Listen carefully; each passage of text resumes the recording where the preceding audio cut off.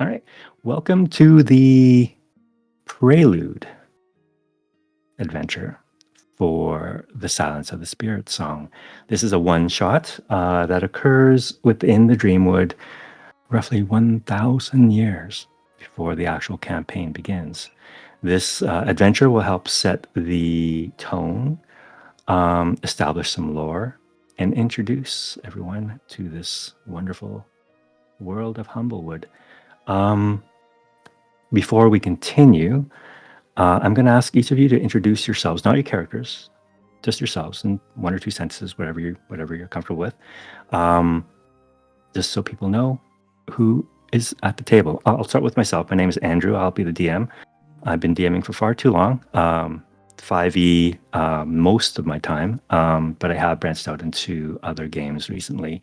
I love the role play aspect of it, the storytelling, the narratives, and I love engaging the players to tell their own stories. And I'm looking forward to hearing each of yours. So I'm just going to go around my Discord screen here. And first up is Doug. All right. Hey, everybody. I'm Doug. I've been playing with Andrew for a couple of years, primarily D&D ever since I was a youngster. But now I'm an oldster, and Andrew has gotten me to try some new systems. But I'm really glad to be doing Humblewood with you guys on 5e, because that's what I seem to be liking the best. So good to be playing with y'all. Cool. Thank you very much. Next up, we have Alexia. Hello again, everyone. I'm Alexia. I've been playing 5e for almost 3 years now, but gotten really into it the past year. My favorite parts about it are character creation and experiencing the collective story with other people because it feels like an exclusive club. And that's about it. Thank you very much. And next up, we have Cesar. Hey guys, my name's Caesar, and I've been playing D&D for the last 4 years.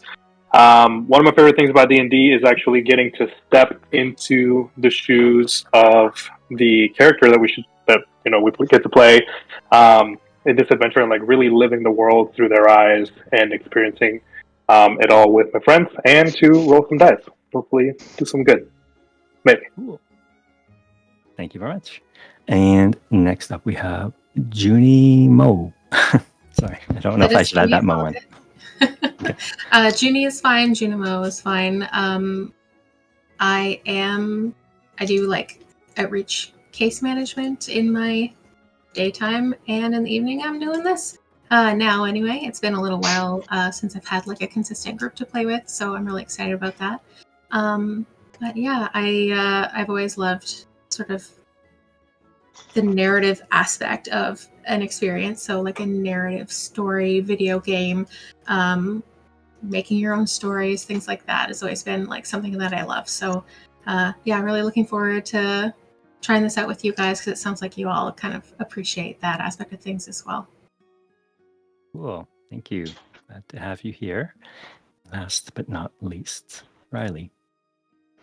Hey guys, I'm Riley. I've been playing D&D for about 5 years and with Andrew for about a year now, I guess it was.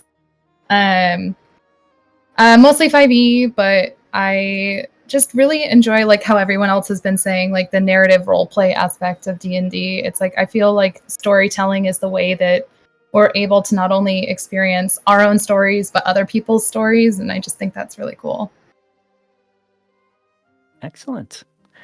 Well, with the introductions done, let's dive right in. Let me see here. Oh, great. All my scenes are messed up. Okay, let's go this way.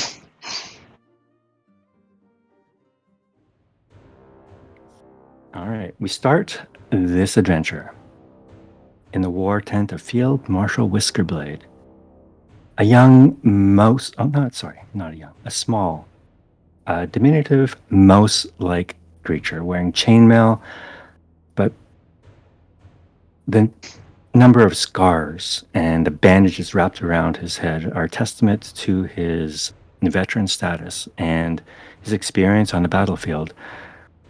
You can hear the distant sounds of battle raging around you, the sound of drums, war drums, shouts of men, the dying shouts of soldiers, all about the smell of burning wood. The burning of the dreamwood is all about you. The air is thick and choked with ash and cinders. You have all been gathered here in the war tent of Field Marshal Whiskerblade, representing various factions of the alliance that stands against the Bone Lords. And I'll have each of you introduce yourselves. I'm going to go from left to right across my screen in Foundry. First, we have Winda Burgeons. Oh, Junie, you're muted.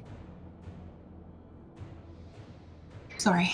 All right, well, I'm Linda Burgeons, and I'm just here to have a, not the best time ever, but support my friends and my family and all the people that I've met on my travels. And, I'm carrying some instruments, and I have a rapier, but I don't look particularly aggressive or like I have a lot of experience fighting people. Like I don't look scarred or anything like that.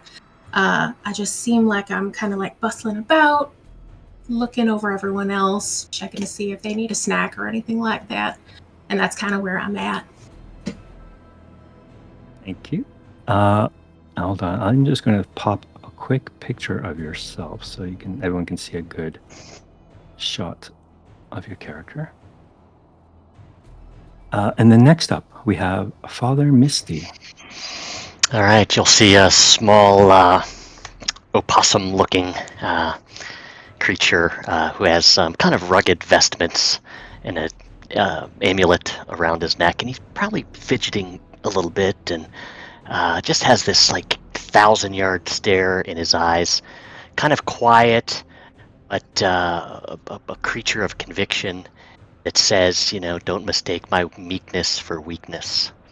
So he's listening intently to the general and awaits his orders. All right, and next up we have Raikulu Tuita. Yes, who probably doesn't look like that at all, but so Raikulu, I modeled after a northern hawk owl. You can Google that later. He is a stout strig paladin. He stands tall and proud with pauldrons on his shoulder. He has a morning star and a shield with the symbol of Ardea on it. And he is there because he is most allied with the Wardens, and he is not afraid to say so. He also notably has some swirling, wispy marks around his eyes. So keep that in mind. Interesting. All right. And finally, last but not least, summoned before Field Marshal Whiskerblade is Pongo. So, Pongo is a massive raccoon. Mapach? How do you pronounce that? Mapak? Mapach? Yeah. So he is a huge Mapach, too, where like if you were to look at him, you might confuse him with like a panda. He is very rotund, covered in leaves, and wears a dark green cloak and a hood. Has a very earthen and leathers covering his body, but he's very, very in tune to nature. Now, Pongo has definitely seen some shit in his life. So he's very stoic, but very straightforward with you. He's very blunt. He is a druid, and he has a wields a spear and some other fun tricks that we'll definitely get to see later. But that is who you see roll up in the tent. Nice. A bit of a motley crew, but you have all been summoned here for a reason. And I'll just give you a better look of Field Marshal Whiskerblade here as he stands before you. Thank you. Thank you all for answering my summons. As you know, The battle raging about us is not going well for us, and I dare say it is unlikely that we will see the light of the dawn at this rate. However, we have been given one last grasp at hope. Some of you might have heard of the Conclave,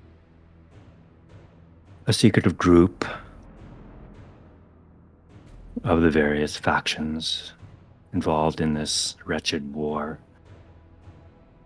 And it would seem that a spy, a defector of the Bone Lords, has requested help from us in this most dire moment. For he believes that he has the key that will end this war once and for all.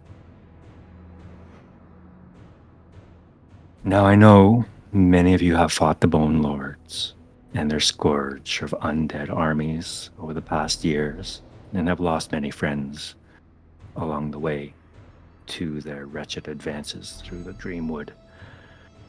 I would ask that you put those differences aside, for if this truly is our last chance, we must take it. You will meet with a treant named Witherroot of the Bone Lords at the Ancestor Stones just east of our encampment. From there, Witherroot claims to have a package that must be delivered to the Wardens at the Yowa Tree, a full night's journey ahead of you. He points a tiny little stubby finger on the map on the table in front of him. In fact, it's given his size and the size of this table and the map, he kind of has to crawl onto the table to show you exactly where he wants you to go. He says, "We are here," as he points to the confluence of two rivers. "This is our last stand. It's a highly defensible position. The enemy must cross the river to come to us. But again, they outnumber us 10 to 1, and we will not last the night. What we will do is provide a distraction for you so that you can sneak behind enemy lines and get to the Yowa Tree with this package." He points to a river, and separately, a little further away from that, what looks to be a deep gorge with a bridge kind of drawn onto the map there. Is you have two choices after meeting Witherroot at the Ancestor Stones. You can either take the Silver Run and get to the Yowa Tree by water. It might be faster, but it is quite treacherous at this time of year, which is late spring. The waters are still quite high and rough. Or you can take the Galenpar Gorge Bridge. It is safer by land, perhaps a little longer.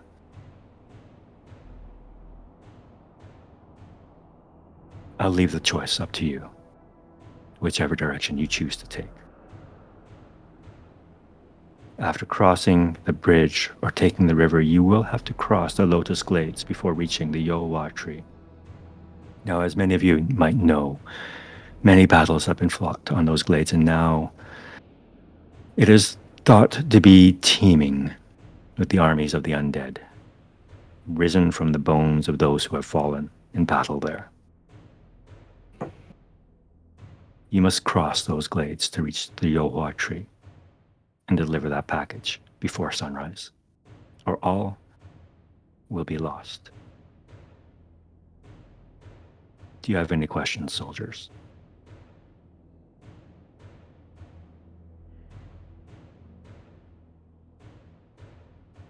Our vessel along the river, what will it be?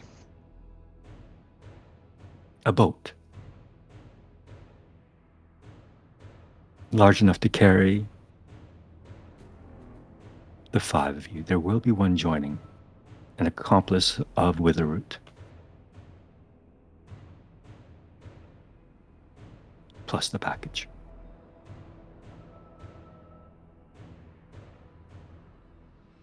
I have only one question. How do you know that this defector is trustworthy? I don't. I suppose we have no choice then.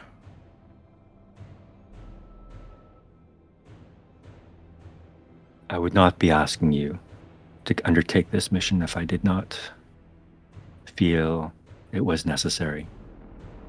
This is our last chance, and you represent our last hope at peace.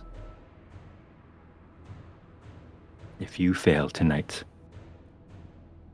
all will be lost. The Dreamwood will be turned ash and death, and none of us will live to see the dawn tomorrow. Bongo's gonna bash the table with his fist, and he's gonna say, "The Dreamwood will never fall. We will win this.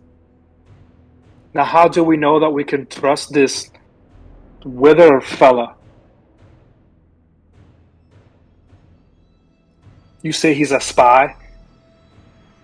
He is How a long have we defector of known the this? Bones. Long enough. If the Conclave trusts him, and the elders of the Wardens and the Crescent Sickle vouch for him, then I must trust him too. What are we to do with him when we meet him? He will give you further instructions. He will deliver unto you a package that must be delivered to the Yolwatry. The Wardens there await for it.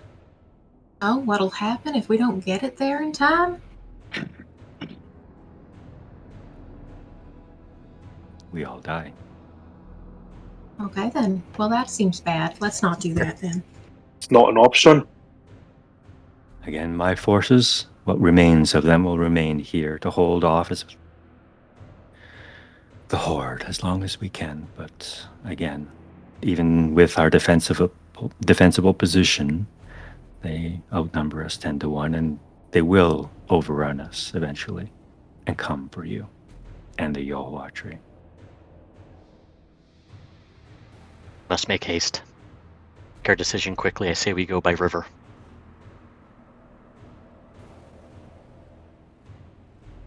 Time is definitely of the essence. The longer these flames go on, the longer our day weeps. I'm inclined to decide the same. Very well then. And as he straightens himself up, you see one of his lieutenants rush in and say, Field Marshal Whiskerblade, the scourge just started across the river. We need you back at the front line. And Field Marshal Whiskerblade gives you all a deep bow. Says, may your steps fly light tonight, and your hearts be filled with the strength of the forest. Be safe, Marshal. From your lips to Titan's ears. Pounds a little tiny fist to his chest, gives you another bow, throws on a helmet over his heavily bandaged head, and follows the lieutenant out. You are promptly escorted out of the tent towards the eastern end of the encampment, where you are being led to the Ancestor Stones. But before we get there, I'm going to switch to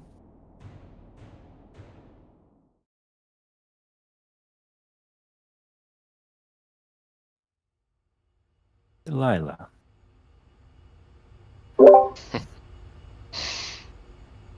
Hi. You see, well, I guess you don't see, but Delilah is, or may have once been Servan, is now just kind of a remnant of what once was.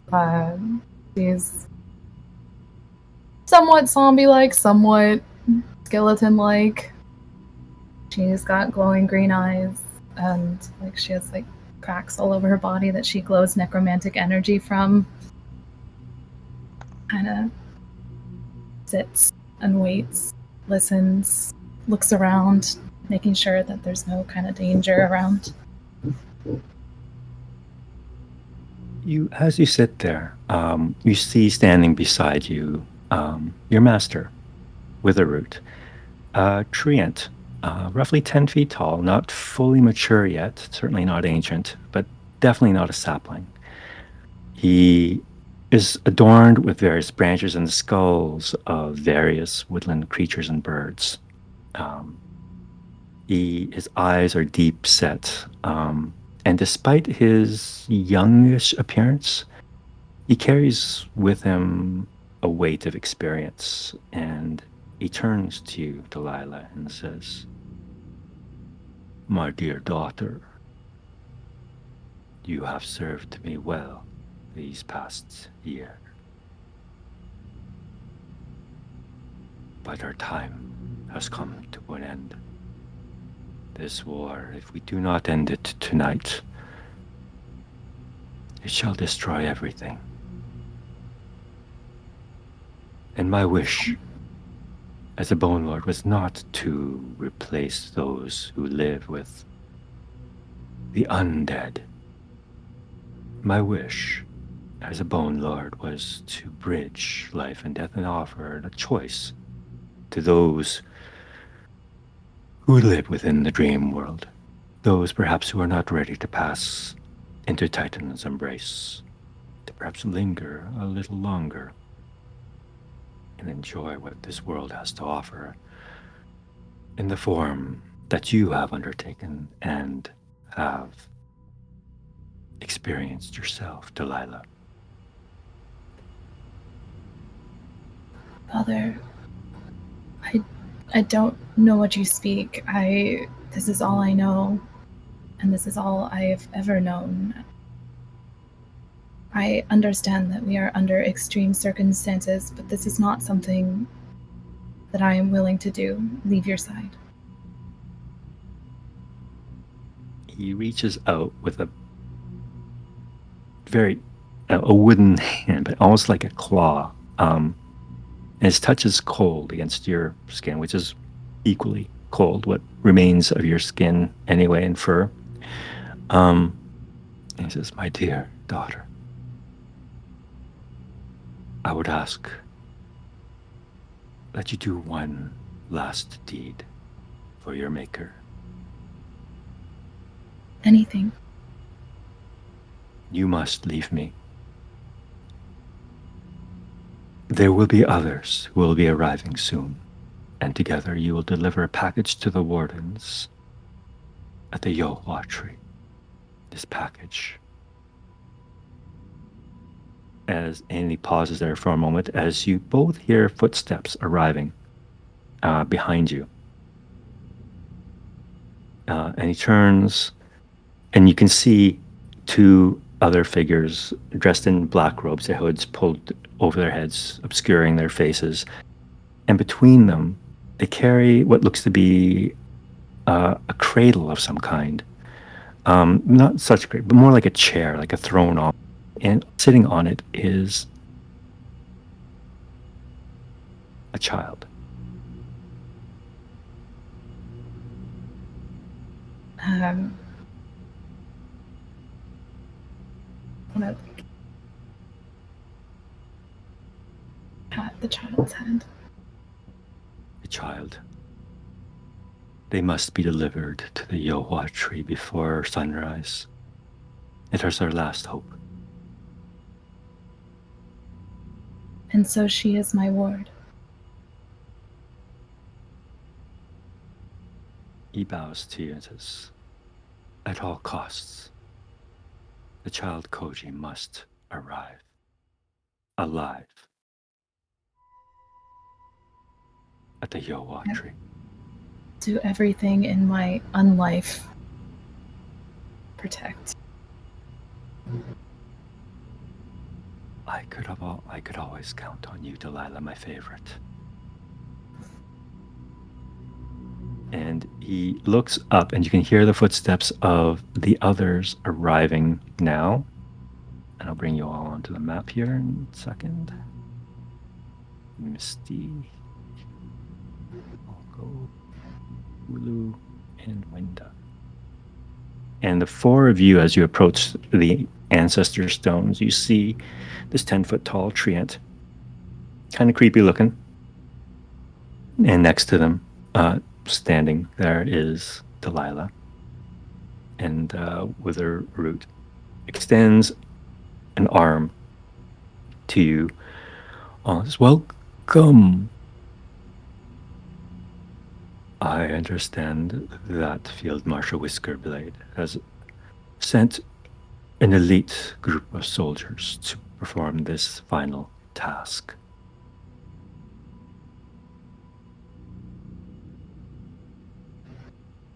Delilah, my daughter will be accompanying you in this matter, and you must deliver this package, as he gestures once more to the child sitting in this throne.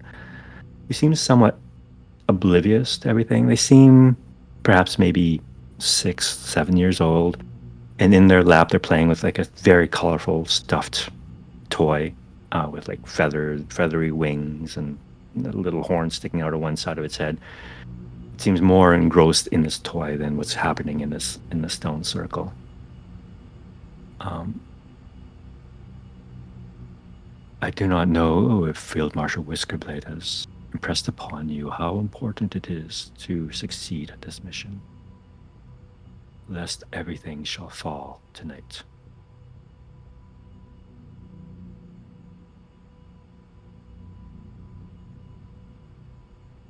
With a root, I presume. So this package we are supposed to deliver is not a physical package, yet it is this child. Is that correct? That is correct. That one there with the horns and the ribcage showing. They with the Bone Lords?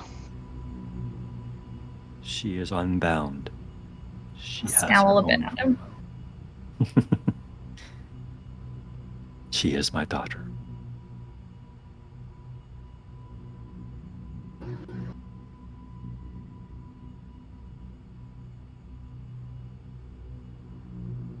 Do you have any questions for me? I know that most of you, I can see the distrust on your faces as you look upon me. I can do little to address that, except through my words, and I assure you that if I'm willing to sacrifice my own daughter in this endeavor, then surely that counts for something. I have As many dis- questions, but I suppose we don't have the time for them. We're to go to the Lotus Glades to the Yoa tree. That is correct. And it is imperative that Koji arrive there alive. As everyone's talking about this, I'm gonna kind of like hunker down a little bit and try to like make eye contact with the kid and see if they seem all right and like give them a little smile. Can you make an insight check for me, please? Sure. Oh, first roll, Roll in. first roll. Okay.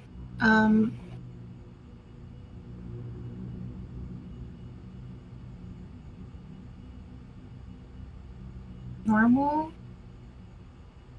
Yep. 16. Not bad. All right, so you look down at this child. It's a Luma, a bird, bird folk. And they look up at you, and you get this strange sense immediately of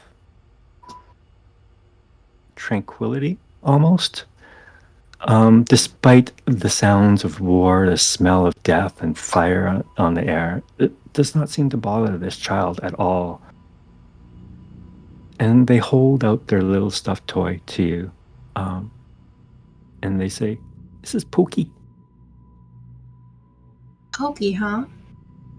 Does Pokey know any of our little rhymes and songs that we sing at home? Seems like we have a little bit in common.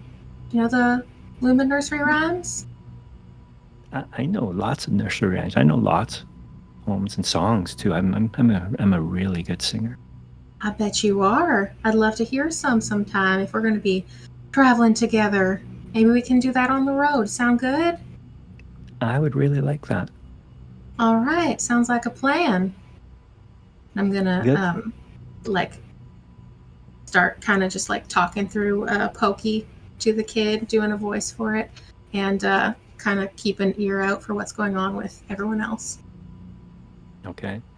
What the other thing you notice is that this child, the legs are non-functional. This creature cannot walk. Okay.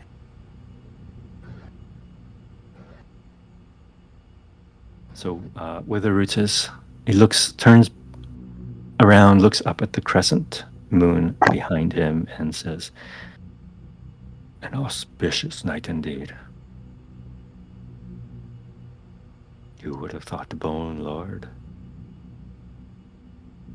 and Titan, those that follow him, would work hand in hand on a night like this?" He turns back at you and continues and says, "You must not fail. And I leave you now with my daughter and your ward. You must arrive alive with Koji at the Yohwa tree before sunrise. You must." Do we get a sense of what time it is right now? It would probably be about 10 p.m. So it'll be about an 8-hour trip to the Yohwa. And sunrise will be at 6 a.m. Misty will say to Witherroot, who knows of the child's existence and who seeks her and why?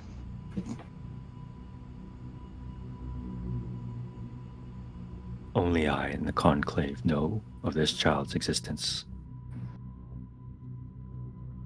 He pulls out from beneath his robes, and you look as he kind of pulls back his robes, that the bark on his chest area is almost hollowed out, and it looks like there are bones beneath it instead of a trunk.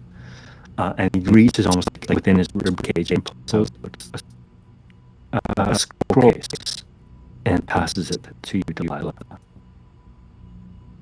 Upon arriving there, this is the ritual instructions for the wardens to conduct. A ritual for what? The end to this war. What does the ritual have to do with this child? The child is the key. And what happens to the key at sunrise? The key shall deliver us.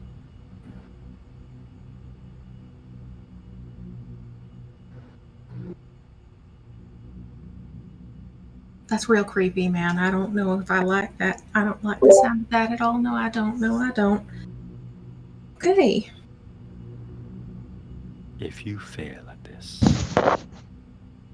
not only will this child die, but everything and everyone else.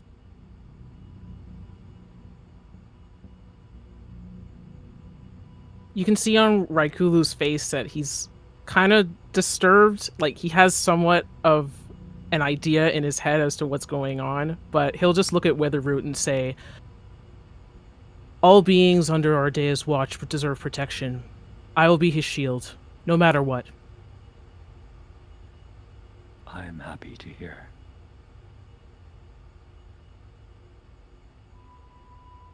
Now, it is not every day that you will hear a necromancer petition that a living creature should remain alive.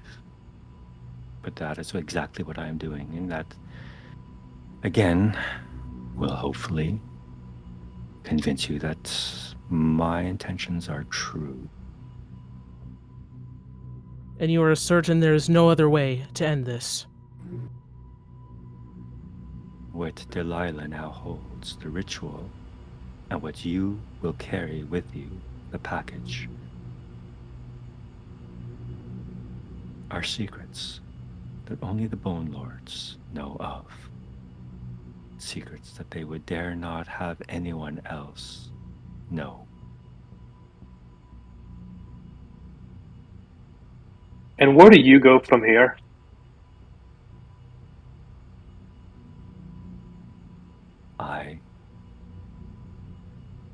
He takes a deep sigh and looks at Delilah for a moment. I have some unfinished business to attend to myself before the night is through.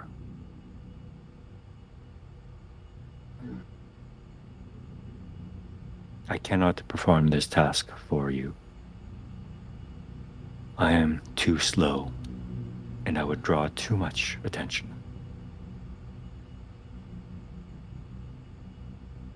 As much as an undead servant?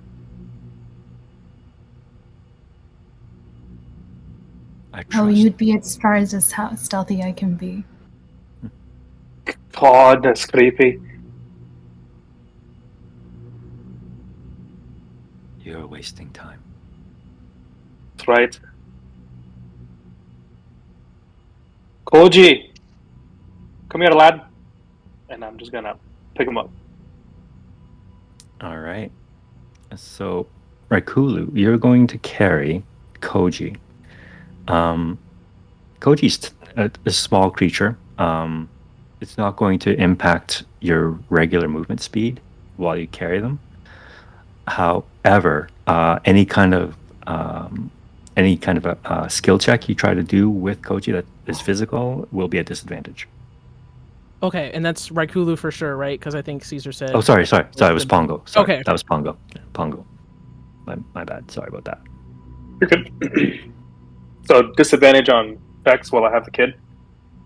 Yeah, on attacks or any kind of athletic or acrobatics type check while you have the kid on your back. Might be passing him around a little bit. All right. With that, Witherroot turns to Delilah, and he leans in, gives you a kiss on the forehead, and says softly, "Goodbye, my daughter." I'll meet you again in the next life. He smiles at that and says, "Rest well, my dear. You deserve it." And with that, he turns, and with the two acolytes that accompanied him and brought Koji in, he walks off into the forest, leaving Koji sitting on his chair. Actually, now on Pongo's back. And Koji just kind of chimes up and says, "Where are we going? Are we going on a trip?" We're going on a trip. It's gonna be a fun one. You like water? I don't know how to swim. That's fair. With the whole,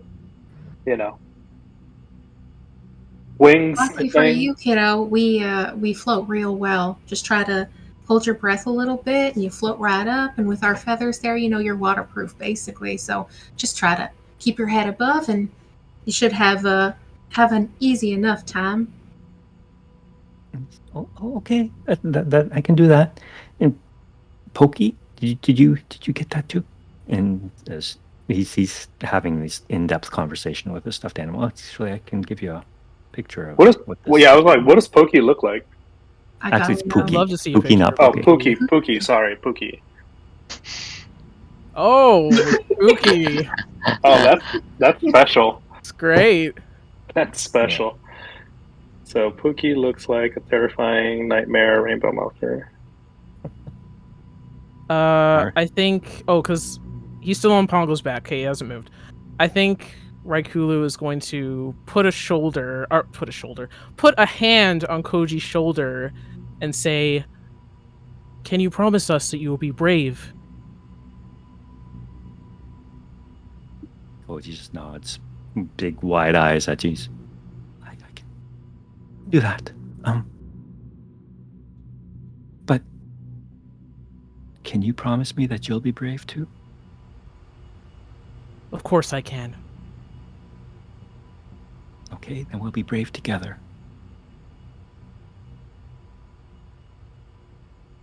And with that, I guess he's gonna probably lead the charge and to whichever direction we're supposed to be going. Misty will walk up Alright. to Delilah and try to get over his feelings towards the undead, and he said, "Do you know the way?" Let's go then. I'll run off with my servant bounciness. You make your way to the far edge of the encampment, which is bordering upon the Silver Run, which is the main river that runs through the Dreamwood, and will take you most of the way to the Yowa tree.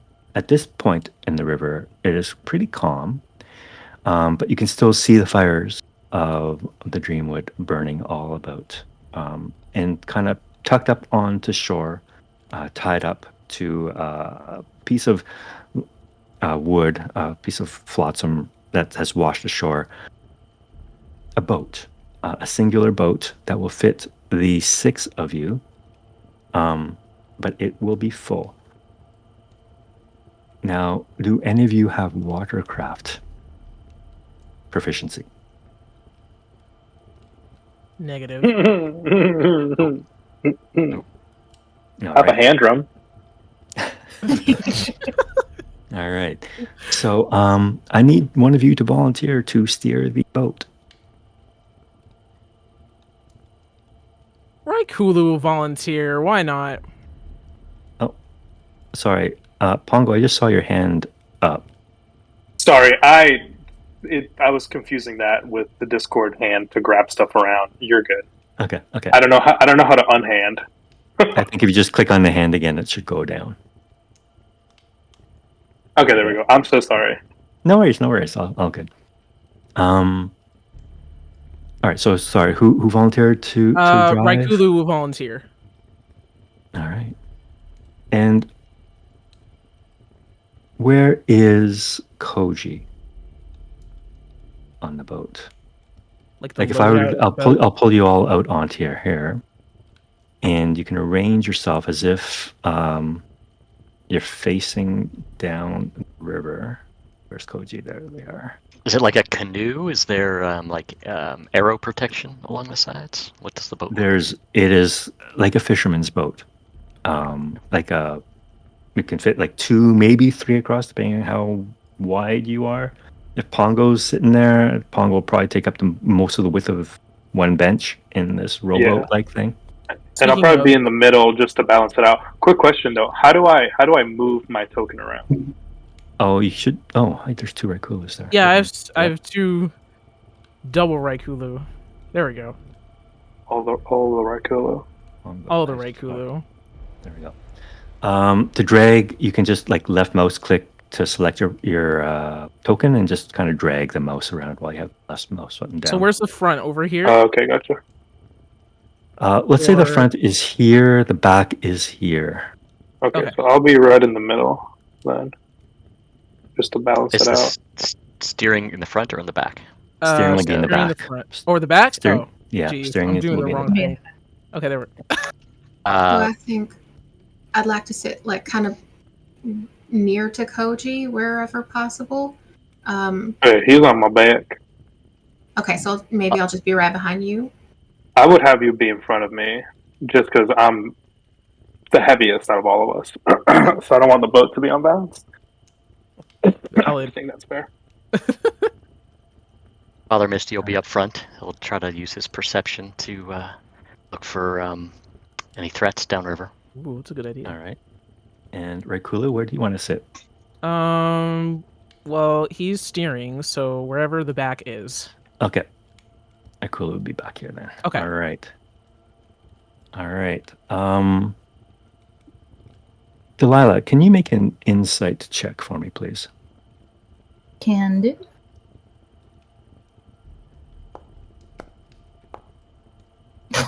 All right. ever since this group has arrived, and in fact, ever since Koji has arrived, you have this gnawing sense of uneasiness that just won't go. It's almost like almost like heartburn if you had a heart. But it's just this strange heaviness on you that just doesn't feel good. For being someone who's dead, heaviness is not unfamiliar, but yeah, I'll sit in the back and I will guide until that gets stronger and then look for a source of that feeling. Okay. You know what? I forgot one thing. One very important thing while you're still with Witherroot and the source of your life transference spell. Before you left, he asked you all to join hands with Koji in a circle. And in that binding, he has bound your life force with Koji. If Koji dies, you will die. You have, each of you, a one-time ability to transfer your life, your hit points, to Koji to keep him alive. And that's what that life transference is. You cannot do it to anyone else. It is one way to Koji. And that includes you, Delilah. And if you read the description, normally you would be resistant to necrotic damage. The damage done by this life transference, your resistance will not help you. You will take the full damage. All right. Any questions around that life transference mechanic? It's all about Koji. All right. So you set off, push the boat off the banks, the heave, and you can hear the sounds of battle distance gauged. You can hear the sounds of arrows whistling through the air, sounds of metal on metal, screams, dying men, and the roar of the scourge approaching. And in the midst of all that, you slip out back and make your way down the Silver Run towards the Yohua tree. Now, as you make your way down the river, you are all aware that this is the calmest part. There will be white water ahead of you. So I'll need Father Misty, since you're doing the scouting thing, can you make a perception check for me, please? Let's go. Solid. Strong start. Done. And not only with that 24, you realize as you're floating down the river, mainly being carried by the current, more so than there are oars in this boat too that help you propel yourself forward a little faster. But the current is quite strong and doing most of the work for you, which is fortunate that you're going downstream. But no more than perhaps a mile or two away from the encampment, you notice it suddenly go quiet. And that bothers you. The current goes quiet, or the whole atmosphere? The whole atmosphere goes quiet.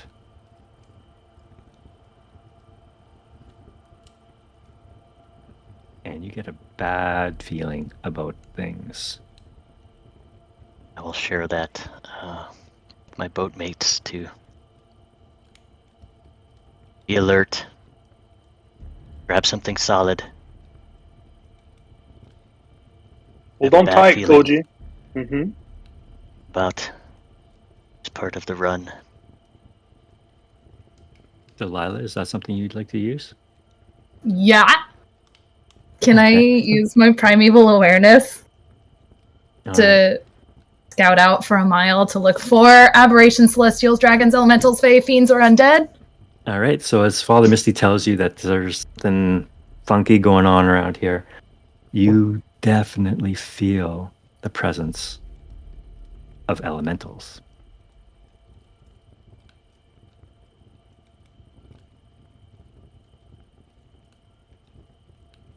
Not Yeah. good, guys.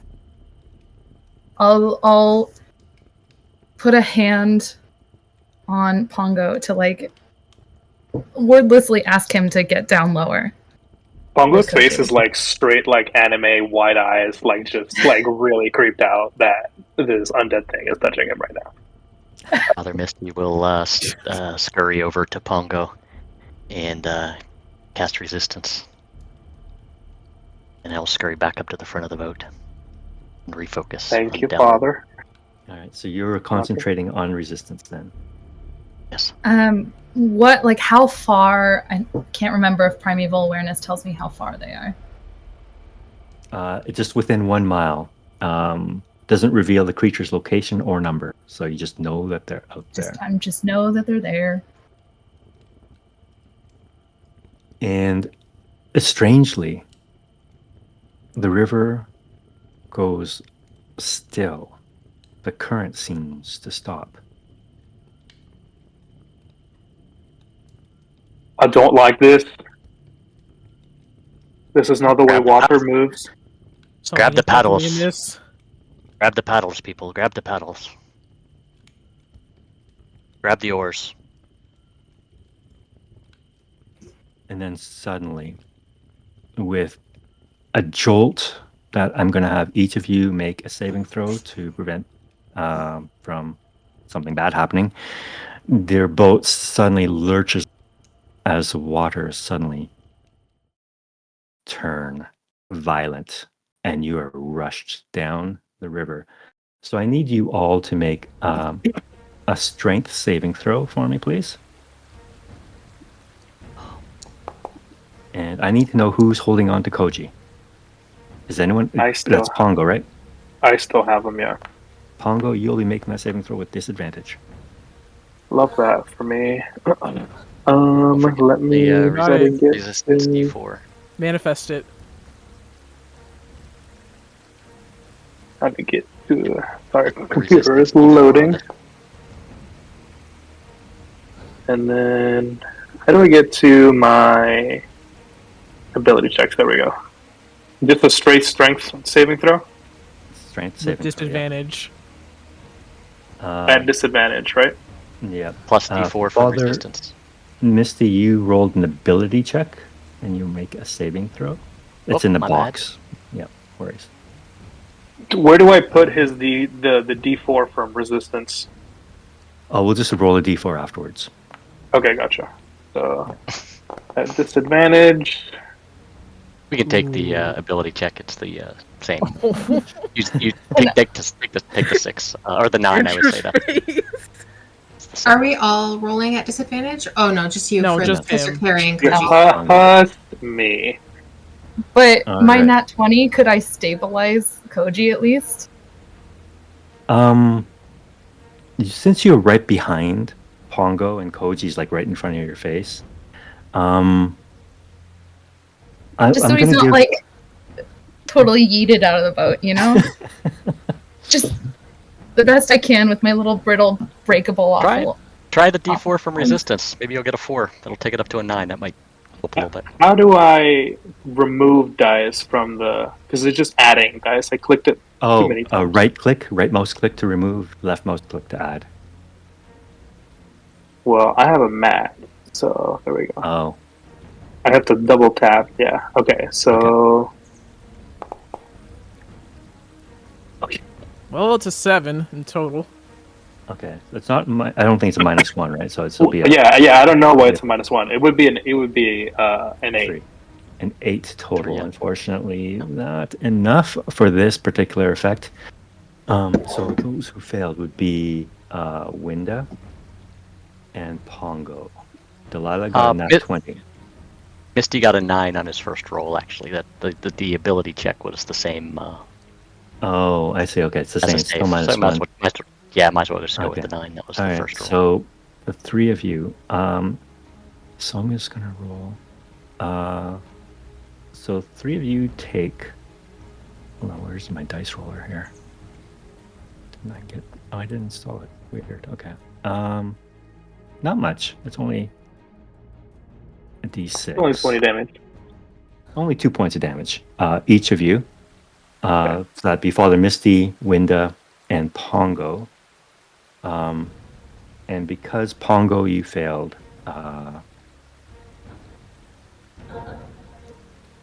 Koji will take damage too. He also takes damage? Yeah, because you kind of roll over on him. It's kind of squashed him a bit. So 2 damage. 2 damage, yeah. And on top of that, that's the least effect of it. You are all tossed overboard. So the 3 of you are in the water. Koji is in the water. Delilah, with that natural 20, I'll allow you to make a acrobatics check to see you grab Koji before they go into the water. Let's do that. Big rolls, big rolls, big Come rolls. on. Another nat 20. What? Oh, we'll take it well, though. 19.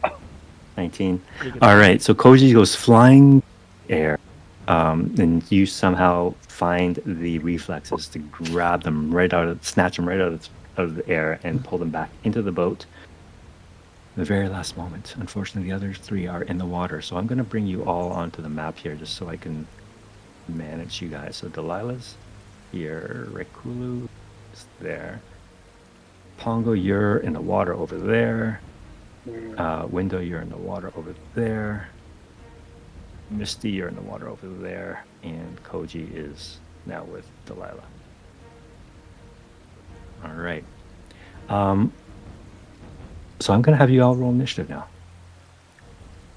In the water? Okay. All right, so go ahead and... Normal roll, right? this will be normal. You don't have Koji anymore. Okay. Delilah, since you have Koji, you'll be at advantage. Disadvantage. Yeah. I rolled it normal, so just take the lower of whichever one rolls. Okay.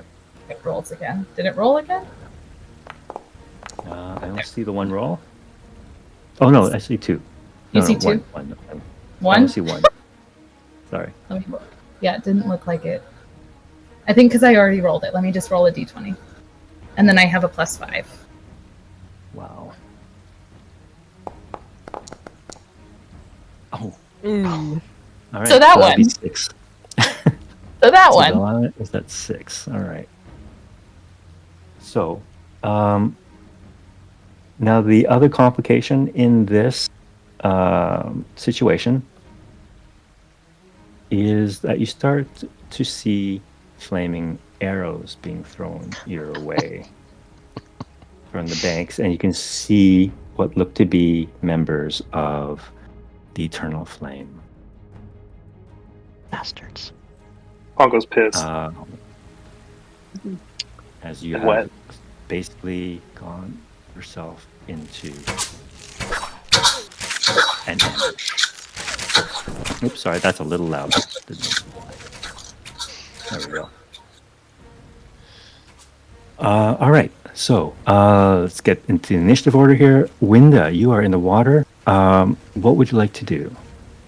I'm gonna use my bonus action to do wing flap to like propel myself upward out of the water, and I'm gonna try to land back in the boat.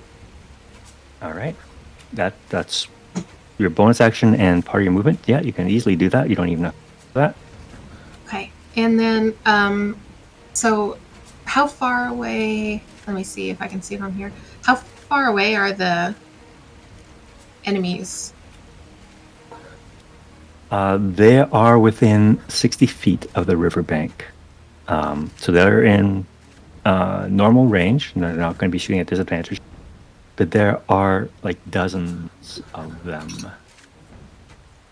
Like 12 on each side. Okay. There's no way you will be able to fight them. Okay. I mean, you could try if you want. I think I'll say out loud,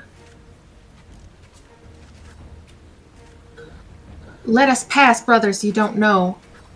what you interfere with, and I'm gonna cast Firebolt just towards the bank to try to add flame to like prove that I'm like aligned with them, sort of thing. Not at them, just kind of to look cool. Okay. I'll let you roll persuasion or deception. Okay. Do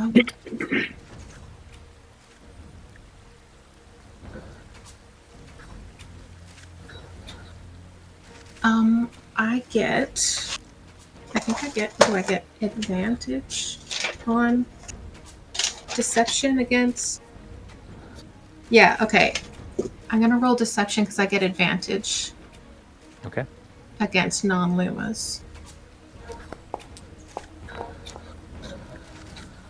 Nice. Okay. Which riverbank do you want to throw it on this firebolt to? Right or left? Does it seem like there's more in one direction than the other? No, they're pretty evenly distributed on both banks. Okay, I'm gonna try to throw it off to my left and then turn towards the ones on the right, so it creates like an illusion of like, and I'm gonna put my arms up so it looks like, it's wreathing us. Okay. You can hear Just for a some second. voices. What languages do you understand? I know Vulpin, I know Gerbine, I know Birdfolk, and I understand Orin. Okay. They're speaking in Orin as they yell to each other through the bamboo forest. Hold your fire! She's one of us! Let them pass! So the ones on the left bank have stopped firing. The ones on our right bank will continue to fire. Okay. Anything And else from Winda? I think that's everything I can do with my turn. All right. Father Misty. All right, Father Misty, I'd have trouble swimming. First thing he will do is wave his hand, and in a magical puff of smoke, I will Misty Step as a bonus action back onto the boat. Nice. And I will scurry to Delilah and lay my hand on her shoulder and say, Father Titan, forgive me, and I will cast resistance on Delilah. So that's a spell and a cantrip, which I think is bouquet in the same turn. That is correct. You're good. All right. And I will perceive around me if there's some sort of rope I can tie around my waist or leg to prevent myself from falling out. I don't know if I can do that as an object interaction, but I will try to secure myself in the boat after casting resistance on Delilah. End of All right, turn. go ahead and make a perception check with disadvantage, just because you took your action this round.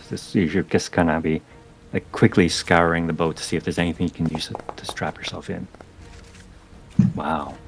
Yes, you do manage to find a loose piece of rope. Maybe it was originally tied to an anchor, but you can use that to secure yourself too. Loosely wrap it around my thigh and hunker down. End of turn. Okay. All right. Pongo, you are in the water. What would you like to do?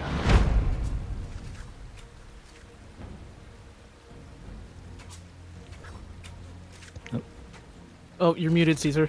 You're muted. Yeah. I want to get out of the water. So I want to swim towards the boat and try to get on it. All right. That's going to require either an athletics or an acrobatics check as you try and pull yourself out of the water. Perfect. Let me pull that up here.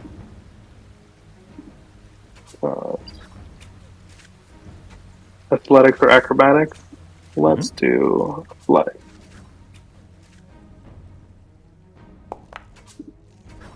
Good fuck. Oh no.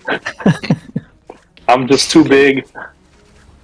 Yes, and the boat rocks quite dangerously as this raccoon tries to pull themselves. Makpak, sorry, tries to pull them onto the boat. Unfortunately, How deep is the water? So. It is quite deep and very fast moving at this point. And at the end of your turn, you're going to have to make another saving throw to resist bludgeoning damage. from the current, from the rocks underneath the water, causing the white water, that kind of. You're going to be Okay. bounced around. Well, I didn't want to use this already, but I think I have no other option. But so as my bonus action, I am going to wild shape into a giant octopus. Yo, So you see this fat map pack just all of a sudden grow limbs and become slimy and spermy and giant and octopusy, but it has all the same colorations as my face and my markings and everything. So it's like a black and white and gray octopus, giant octopus. That is awesome. And I am just going to, now that I can swim 60 feet, just use my tentacles to just stick to the boat, All right. the side of the boat. Okay, so you still have to make a saving throw, but it will be at advantage since you have swim in this form. Okay, and then same thing, athletics or acrobatics? This will be, yes, either. Oh, athletic sorry. or athletic. Sorry, you said saving Sorry, throw. no, saving throw. This is a saving throw. This will be Dexterity? dex. You're trying to avoid things, so it'll be dex. Yeah. Dex? Okay. And at advantage. Please, Titan, don't let me down. We'll take it. 18. All right. So you succeed on your saving throw, so you'll take half damage. Cool. So you will take 3 more points of bludgeoning damage. Gotcha. All right. And you now have an octopus stuck to the side of your boat as you make your way downstream. That's incredible. Awesome. That's awesome. All right. Next up, Red. Yeah, so seeing that Pongo is now an octopus and no longer needs help out of the water, that changes my plans. So we know that there are enemies firing on the right-hand side, but we don't see them yet. They're shadowy Right. figures on a bank. If you okay. need to target something, you can certainly target them. Okay. First, I want to cast Bless on everyone else that's not an octopus. All right. So you're concentrating. I'm just going to put the concentrating effect on you. Sure. Put it on Father Misty too, or show me how to do it. Okay. But I'm Sure. concentrating on resistance. All right. And then, oh no, Can I bonus action another spell? That seems like a dumb question, but One has to be a spell, one has to be a cantrip. okay, never mind. No, I don't have cantrips. So let me just check one more thing.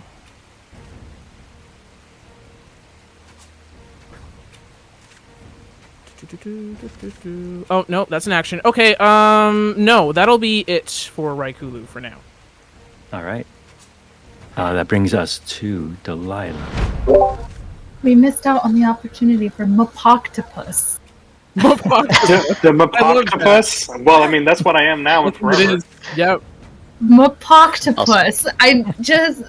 I typed it. No one said anything. I'm disappointed. Excellent. No, I see it now. Anyway, Oh, sorry. Incredible. It never used it. There we go. Officially used now, Mopoctopus. Mopoctopus. Okay, it's just I really needed to make everyone aware of that. I'm gonna cast Fog Cloud on the right. Nice. Okay. Can you tell me what you're doing with Koji? You grabbed Koji out of the air as they were flying. What are you doing with them now? In my legs. Okay, it's like tucked between your legs there, just trying to keep him out of sight. Okay. I'm gonna he's like in between my legs. I've got like my left arm around him, and with the right, I'm doing the somatic components. All right. Fog cloud. All right. So the entire right bank is now enveloped in a bank of fog. Their arrows are going to be shot at disadvantage. I can put it. This is so exciting. I wasn't a spellcaster in our last one, so this is... Did that do something? Ooh, cool. Foggy over there Ooh. now. That looks great. Ooh, yeah. Mhm. Nice. Alrighty, Very cool. cool. Anything else from Delilah then? Just, I want to make Koji more secure. I don't know Okay. what that would, like, tying him to me might not be a great idea, because I could easily go overboard. But maybe tying him to the boat. Like something what Father Misty did? Yeah. Okay. Yeah, you could probably just like do a quick loop around him to fasten him to the boat as best you can. It might not be the best thing, but yeah. Not meant to be the best thing, but just extra security so I'm not having to, like, ninja him out of the air anymore. Okay. All right. So yeah, there's this now rope kind of tied around Koji's waist, not tied, just kind of like loosely hanging around him. That might give him some help if there's some more turbulence. That might toss him out. And I'm concentrating on fog cloud. Okay. And Koji is most concerned about Pookie. Pookie, I'm just going to make a quick check to see if they manage to hold on to Pookie while they are flying. That'll be a sleight of hand check from Koji. Let's go! Oh, dude, let's Pookie go. Defense Squad. All right, so Okay. Koji is clutching Pookie like there's no tomorrow, huddled down between Delilah's legs with this rope, which I will remind you, there is an anchor at the other end of that rope. So he is tied around that.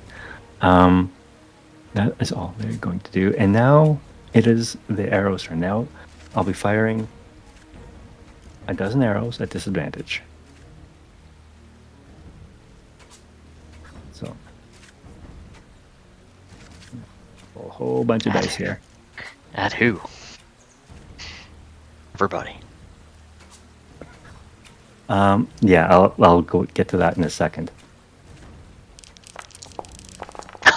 A lot of dice. Okay, so I'm just gonna go through them to see. Be one. 1, 2. Wow, those are really bad rolls. We love that. 3. Fog cloud for the win. Indeed. That was a great move. Yep. All right, so 3 of them actually make contact. Now I'm going to 4 of them.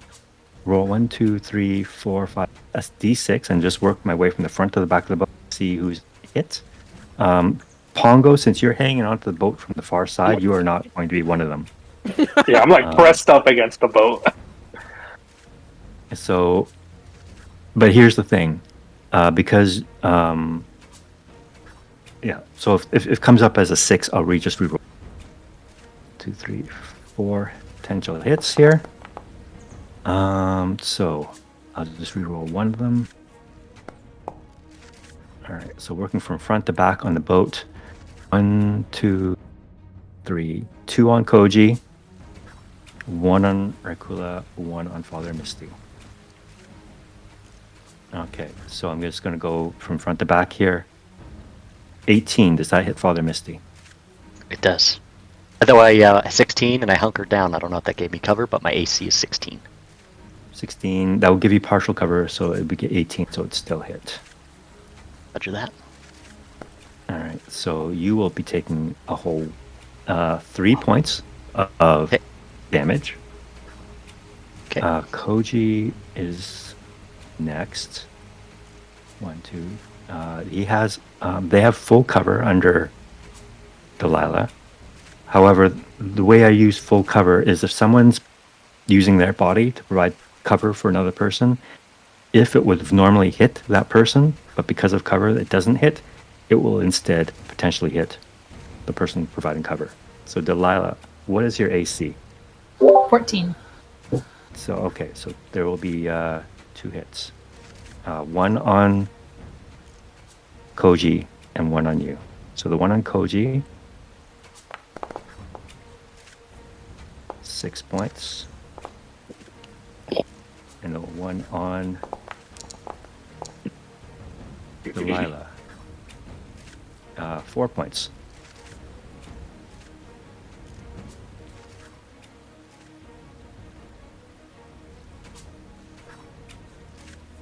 Oops. And then the one on Raikulu is a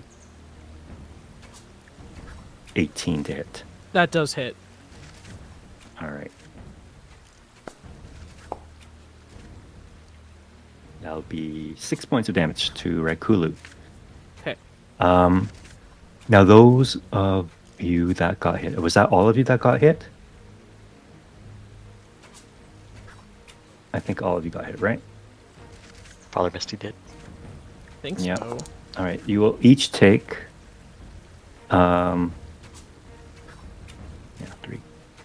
three points of fire damage each, as these arrows are on fire. And your boat is now on fire.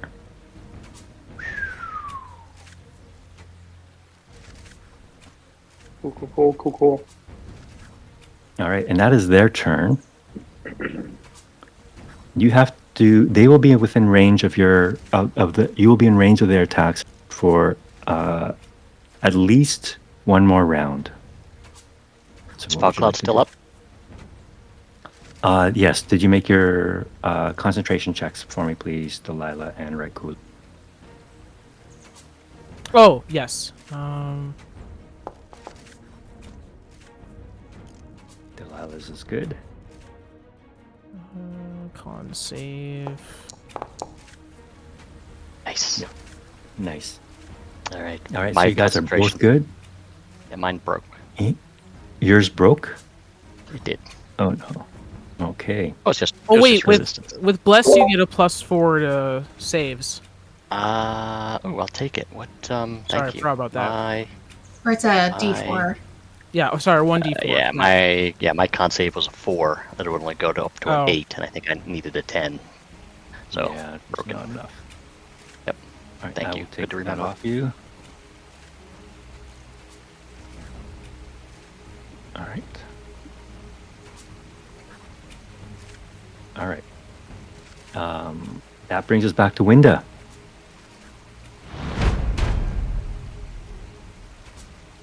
Okay, so I think I'd like to try to use the message cantrip.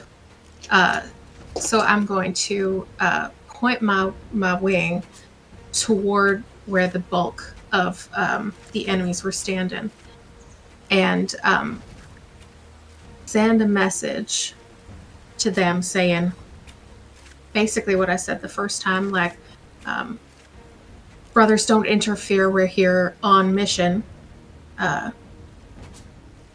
Stop firing. Okay. Can you make a persuasion or deception check?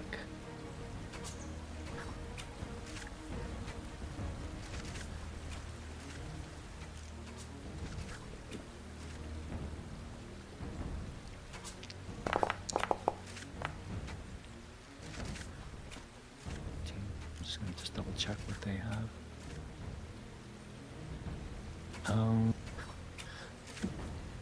They you hear a voice coming from within the fog. It's, who did you say you were?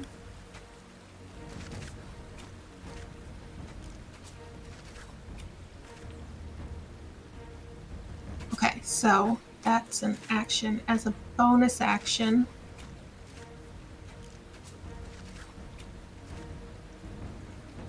Did Winda have Bless on her too? oh, I didn't. It's only on saving throws and attack rolls, I believe. Oh, I thought it was any D20 ability check. Oh, no, I guess that's Bardic. No. That's guidance. Yeah, Yeah, attack roll. that's right. There we go. Guidance, yeah. You're right. All right, so I guess I'm gonna yell out loud this time. Ask your allies across the river. We pass and we do not attack. Stop firing at us. I don't know. We were just told to attack anything that comes down the river, and you're coming down the river. So who sent you? Can I answer? I don't know how. Yeah, go ahead. You can go ahead and answer. Yeah. For the safety of our mission, we're told not to share any information, and there are a lot of you standing all around here. I don't know who is here. I don't know the rank of everyone. I can't be giving out vital mission information to every ear within yelling distance. You're doing this through message? That part I was just yelling because the first one was a message, and then once they replied, I just started yelling it out loud since they're probably can hear me because I can't use an action multiple times. Okay. You hear a voice from the left-hand bank, the one that spoke out earlier telling his side to cease fire, says, "Doug, put your bows down, you idiots. They're friends." And the guy on the right-hand side says, "Oh, terribly sorry about that. I hope you don't sink." Well, I sure hope we don't either, but I appreciate you trying to defend our lands and being, real careful down here, following orders, and we'll just go on our way now. All right, good luck. I mean, praise to the eternal flame. And so you have a lovely night.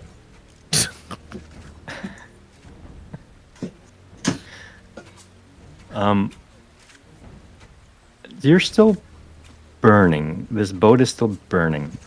Anything else that Winda would like to do?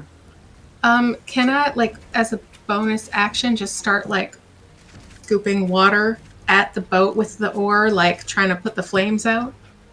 Sure. Okay. You can put one of the 4 flames out Okay. with that. Yeah. All right. Father Misty. There's got to be a bucket around here somewhere. I'll spend my action trying to put flames out. All right. You managed to put another flame out. There's still 2 left. Pongo, you're still stuck to the side of the boat. Yeah, so I was wondering if I could, suck in a bunch of water and then just flop myself on the boat and then just let it all out. Just, try to, yeah. If not, I will roll around it with my sloppy wet body to just try to, He's got 8 arms. He can douse 8 flames. with Yeah. 8 arms. Incredible. That's awesome. Can octopuses squirt? Well, I think they can squirt water, can't they? Just jet propulsion, yeah. Yeah, so you can certainly, suck in a bunch of water, pull yourself onto the boat, and start fire hosing the water down. Sprinkler. Excellent. All right. Pongo puts out another fire, and you now have a mock octopus in your boat. I'm saying that wrong. Octopus. Nice. And Rekulu. Yes. One flame left. One flame left. Okay.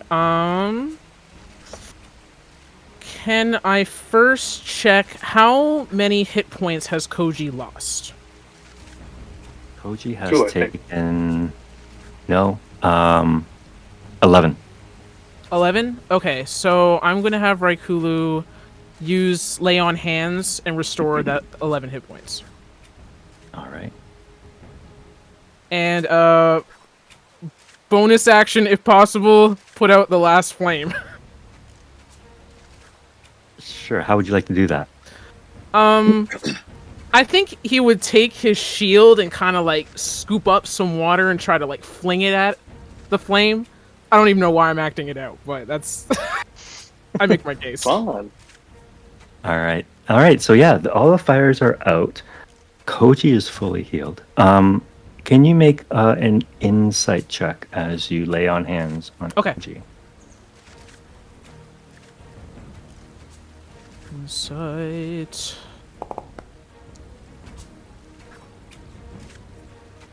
Okay. As you reach out and touch Koji, with your healing powers, can you describe what that looks like? Sure. So he'll put down his shield and Morning Star and just reach out his hands, put them on his shoulders, and just close his eyes and concentrate and probably whisper a prayer to Ardea. Like, Ardea, may your light protect us all. Something like that. Okay. As you do this, it seems to cause almost like a chain reaction within this child as the healing powers, as it kind of spreads through this child's body, kind of comes back at you and is amplified a little bit. It all kind of goes out like a burst of ring of light that just kind of almost explodes out from Koji, encompassing all of you. And you find yourselves caught in this strange light show of like hopping bunnies and squirrels, just kind of these glowing creatures just kind of scurrying around. And you can see Koji's eyes go wide, and they're just as surprised as you all are at this manifestation of spiritual animals that's just suddenly around them. I like that. All right. And with the fires out, Koji's healed. Delilah, is there something you would like to do at this point? I'm gonna wait until we've gone a little bit past the banks and then break concentration on Fog Cloud. And then otherwise, just kind of like brushing off water and comforting Koji in the most undead, unsettling way that someone can comfort someone. All right. You look at Koji. Can you make an insight check, please, as you try and comfort them? And apparently I don't know the alphabet. All right. Koji has I been need to hiding bless beneath these you. Let's just second that one. And I mean, despite Delilah's best intentions of protecting this child gives you the creeps. Something's not right with this child. Something, in fact, not only not right, but terribly wrong with this child. And as you witness this explosion of spiritual animals just kind of running around him, and them being completely enamored and enthralled by something that they had no idea they could do, you almost have a feeling that you're going to throw up.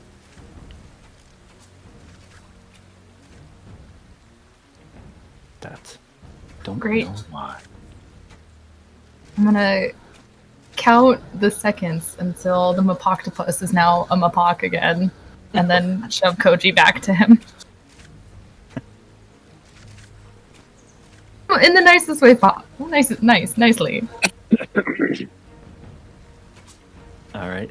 Koji, on their turn, and this is going to be last action before we get out of con. Pongo is still a macaw. Who is the most wounded here? Just let me double check here. You guys got out of this pretty unscathed. Rakula, you got hurt pretty badly. Oh yeah, like 9 points of damage. All right. You see as Koji's like watching these spirit animals run around them, they start clapping cheerfully and cheering them on. And as they do so, their face lights up in this enormous, beautiful smile. And as they do so, you're all going to be healed. Hold on, just let me double check this.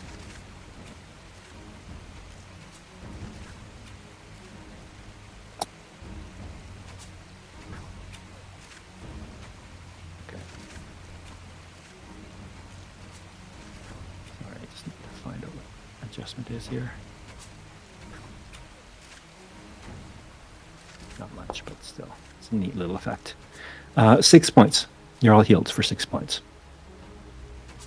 Does that only get applied to my wild shape, or does it go through my normal hit points too? That would only apply to your wild shape, I believe. Okay, that's what I thought. Yeah, and I do not think, Delilah, you do not benefit from that heal.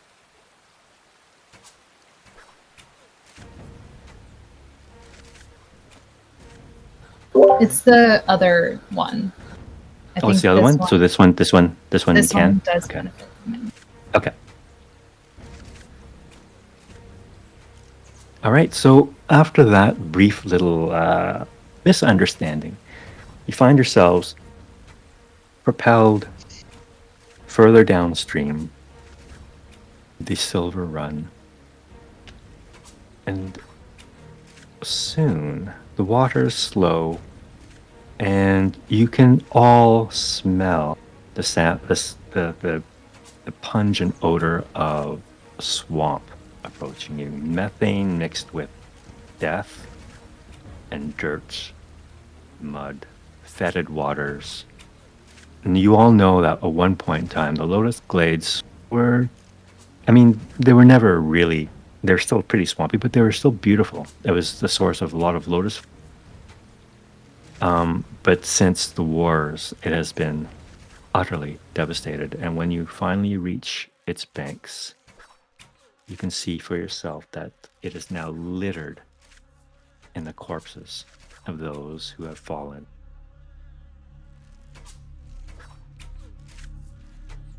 From this point on, you must travel by foot, cross this swamp towards the Jowa tree.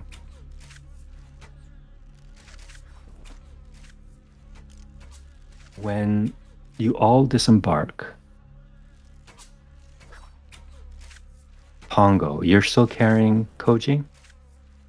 I'm still an octopus, but I will undo the wild shape because I can't move that fast, and also it's disgusting. So I revert back to my Pongoiness.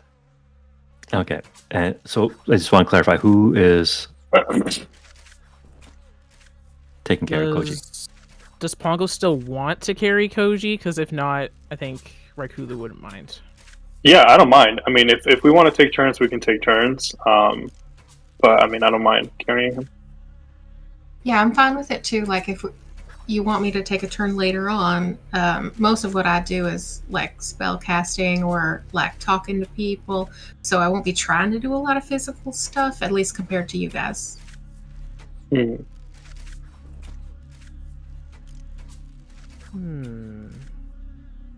Who's carrying Uchi?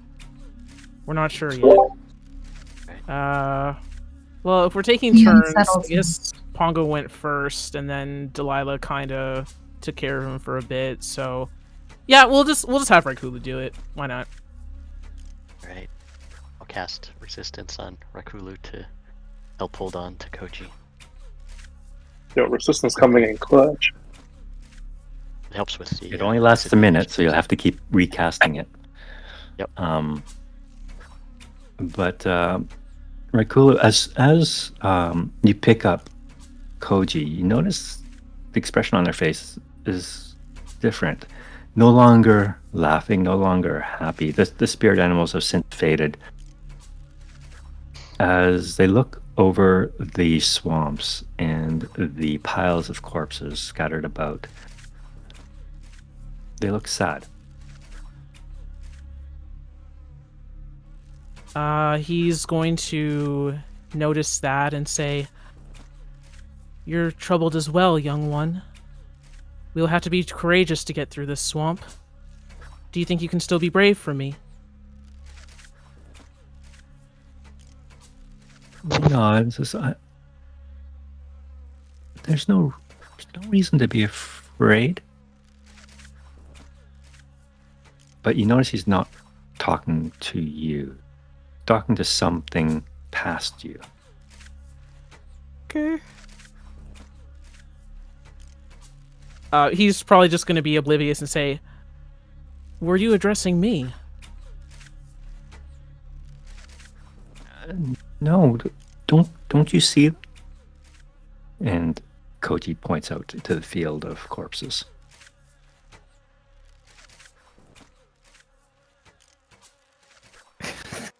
Raikulu's just gonna have visible confusion on his face, but say, "Are you hearing voices of the dead?" They're not dead. But they're not alive either. They're caught between, and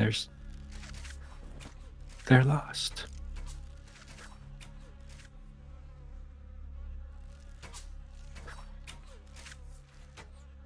As a devout paladin, would he have heard about any sort of purgatory thing going on?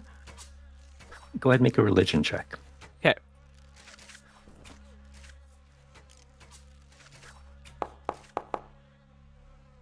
Religion. You get the sense that he's talking about undead. But you look across the swamps, don't see anything moving. Or anything that would resemble anything undead.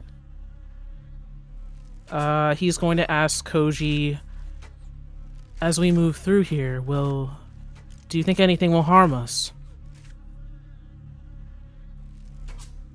No. But I think I can help them.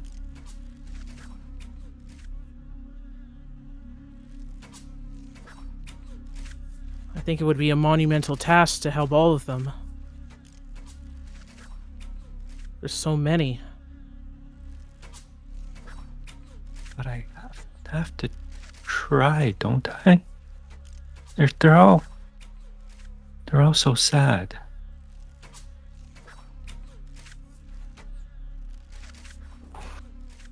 Raikulu's gonna feel so conflicted because his god is all about life and light, and here we are standing in the midst of death and possibly purgatory. So I don't know how he's gonna respond to that. I think he's probably gonna consult with the rest of the group, maybe. Yeah. Continue. I was just gonna say the rest of the group just kind of see you and Koji have a strange conversation advancing into the swamp. What would the rest of you like to do? Can you hear them, little one? Can they talk to you? They whisper to me. What do they say? They miss home. They miss their children.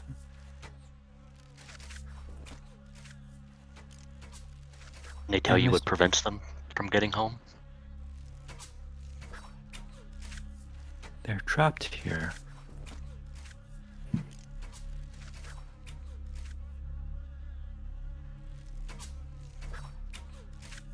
Kind of tugs at you, Raikulu, and says, "Can you put me down, please?" He'll put him down. Gingerly. All right. So Koji has absolutely no use of their legs, so they just kind of flop where he put them. But they prop themselves up, assume some sort of like meditative pose as best they can, and close their eyes for a moment.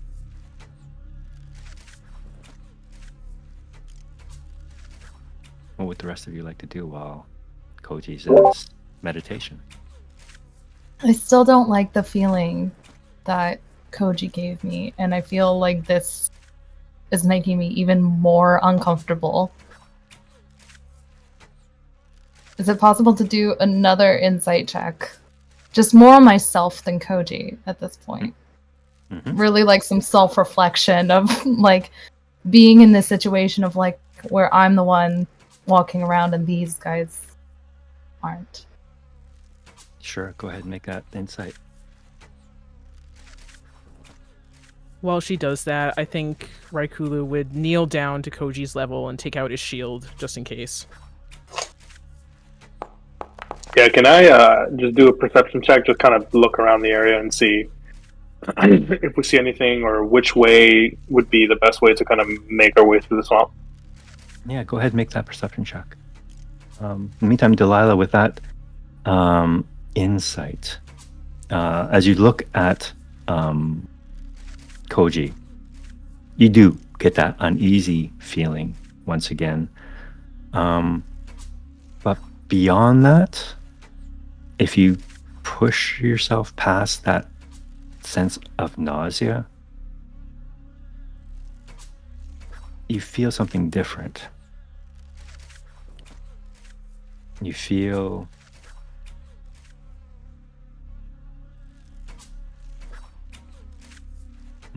what's the right word? Nothing.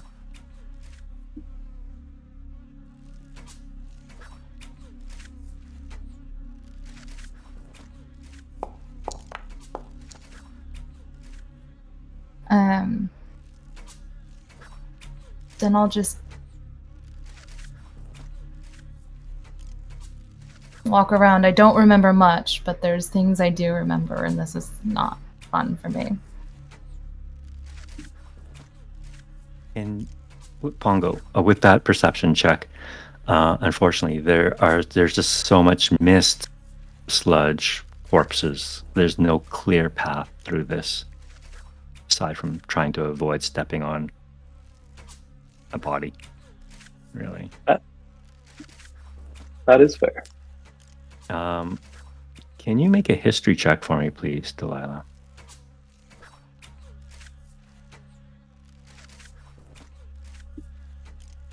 Can do.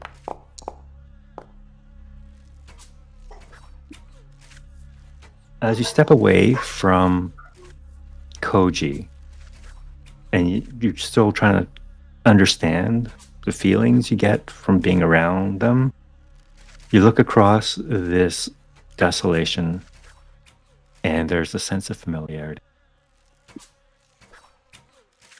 Don't like it. Visible.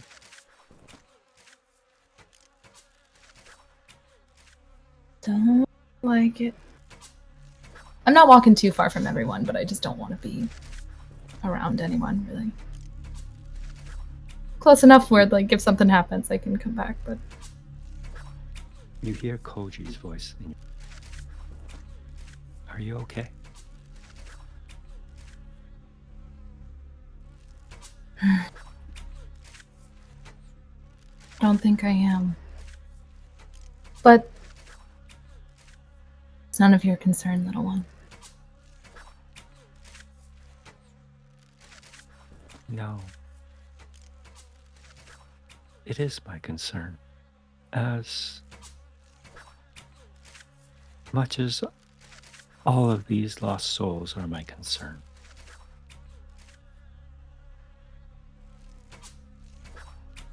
I don't know if I'm lost.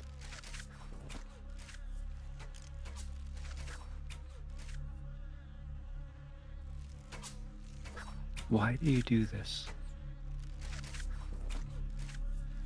Do what?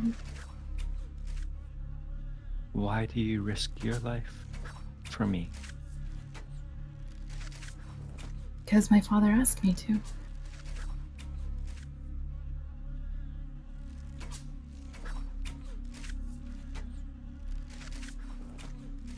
without my father, I would not be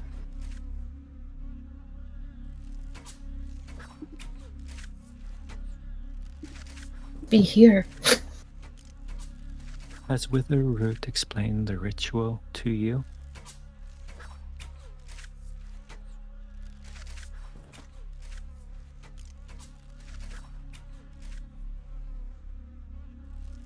No, he did not.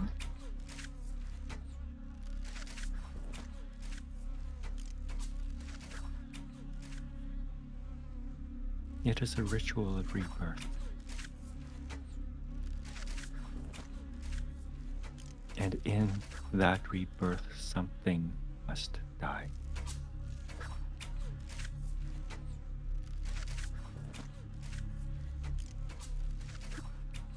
Already been dead once.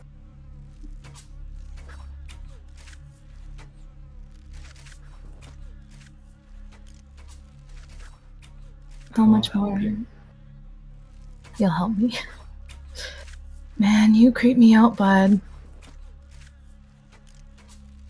But I guess, I creep other people out too, so. Do you want Pookie? Can we Pookie share helps. Pookie? Can we, I'll share Pookie. both hold a hand of Pookie? Whenever you want Pookie, you can take him. Appreciate that. This did help. And then I'll just, fly.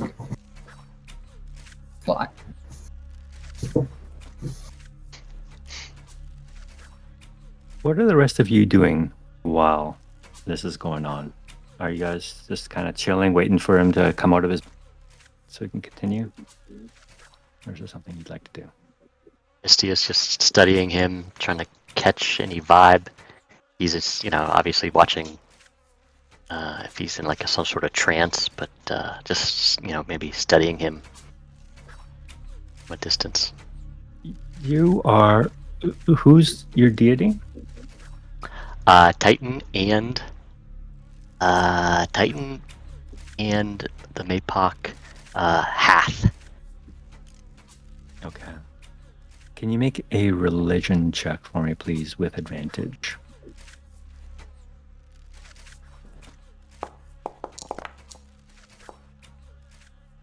Nice. You sit there. Given your size, even you're almost eye to eye with this child. They're probably a little smaller than you. But whenever you look at him and the things that you've witnessed from Koji, it strikes you as odd. There's always a sense of Titan. It's almost as if when Koji's around, you feel the presence of your god. I sense that. Yeah, you feel that. It's awe-inspiring. It's maybe not as comforting as it is just powerful. With that 22, I'll also tell you that there have been stories or rumors or legend. Perhaps it was just wishes that prayers that people offered up to Titan for deliverance. And that perhaps this child could be that.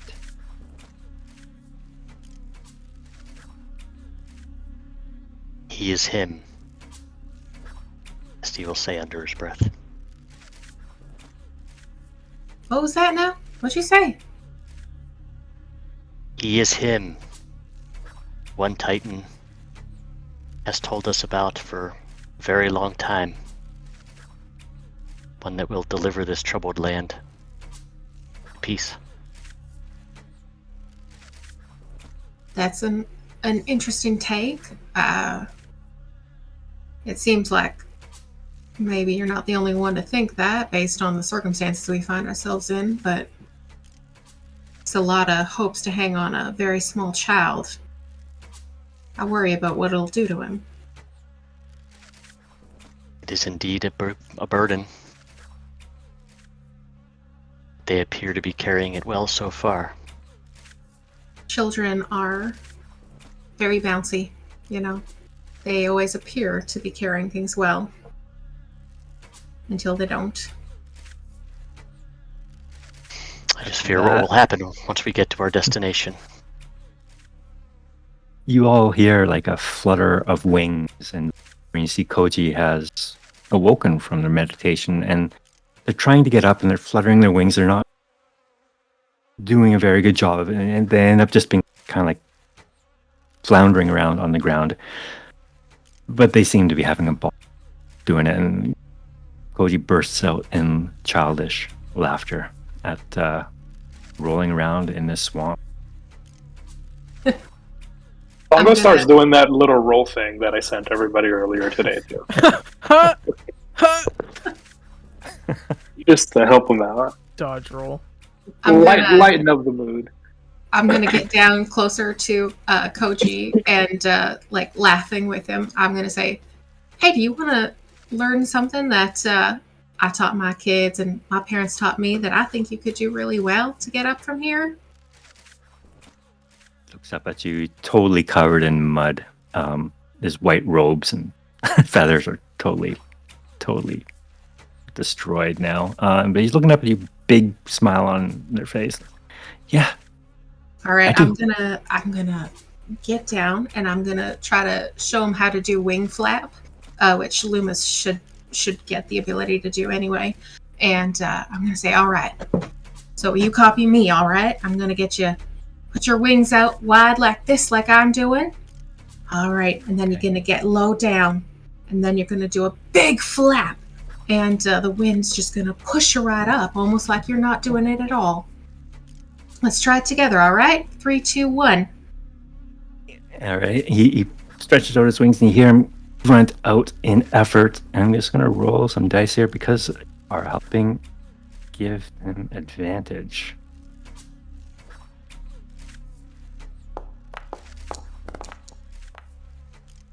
All right, with 14 minus 1, 13. You can see them clearing the ground just a few inches even. But that just is enough as Koji squeals out in absolute glee. I'm flat for half a second before. Look at you, and on your first try. That was amazing. I'm so impressed. How did it feel? That was amazing. Pookie. Maybe Pookie could do it too. Grabs Pookie and starts flapping their wings. Pookie and tosses Pookie. Idea. Couple twins you are. Can Raikulu take Pookie, and since he is wind touched, can he do some sort of flourish up in the air just to amuse the kid? Like take Pookie and be like, watch what we can do, sort of thing. Yeah, make a performance check, actually, for me, please.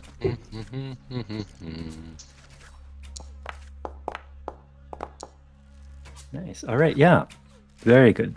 So yeah, you can see as Koji tosses Pookie up in the air for a moment, you flourish it with a little burst of wind, and it seems like Pookie flies for a brief moment before falling to the ground into the mud. Oh. Oops. But actually, can I when I see Pookie start to fall, can I cast Mage Hand and like catch it and have it keep going? Yeah, for sure. Is your Mage Hand visible though, or invisible? I don't know. I think unless it says it's I think invisible. it's visible. I think it typically is. Yeah. Yeah.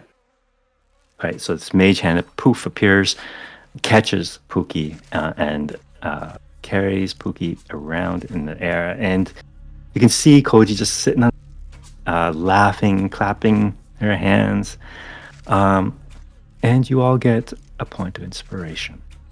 Hey, let's go. With that, I think Raikulu will just say something along the lines of, keep practicing and someday you can soar just as high.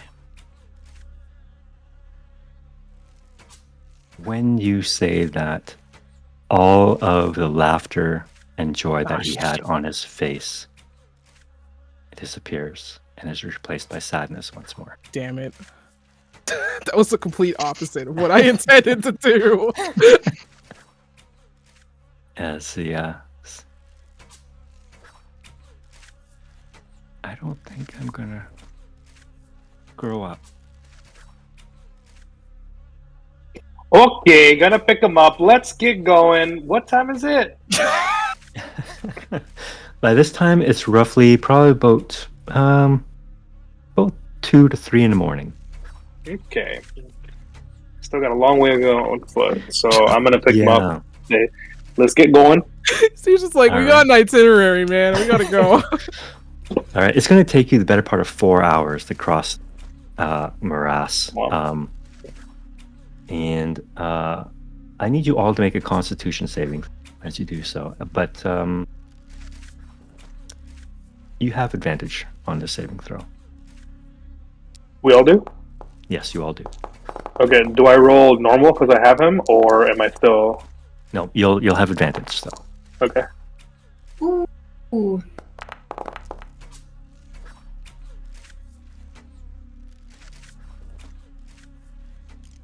All right. I'll roll 2. Okay. Delilah, as you trudge through this swamp, memories start to flood back into your head of your final days. And you're reawakening as this is where your father found you and brought you to him. Can undead throw up? I don't have a stomach. I'm going to give you a choice. Hmm. Either you can take a point of exhaustion or lose your inspiration. I'll lose my inspiration. All right.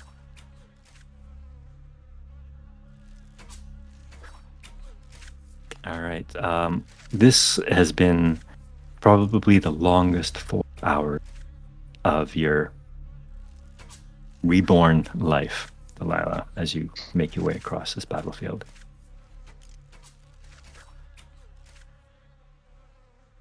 All right, but after having done so, you finally see in the distance the Yowa tree.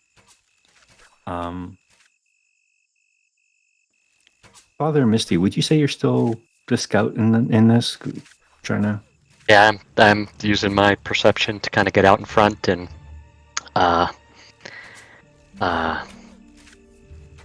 can't quite make eye contact with the little one because I'm pretty sure I know what's going to happen. All right. Go ahead and make a perception check for me, please. And the wardens amongst you, you can also make a perception check with advantage, please.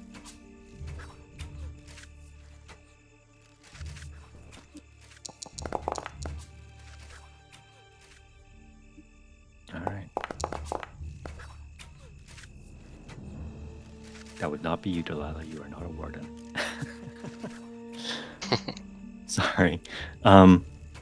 But Father Misty and Raikulu, you both sense it immediately. There should have been wardens to greet you here.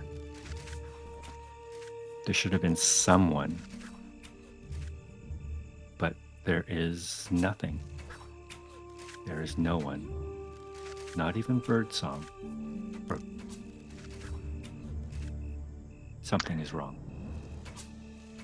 Misty will mutter an incantation and look to the sky and cast Elevated Sight.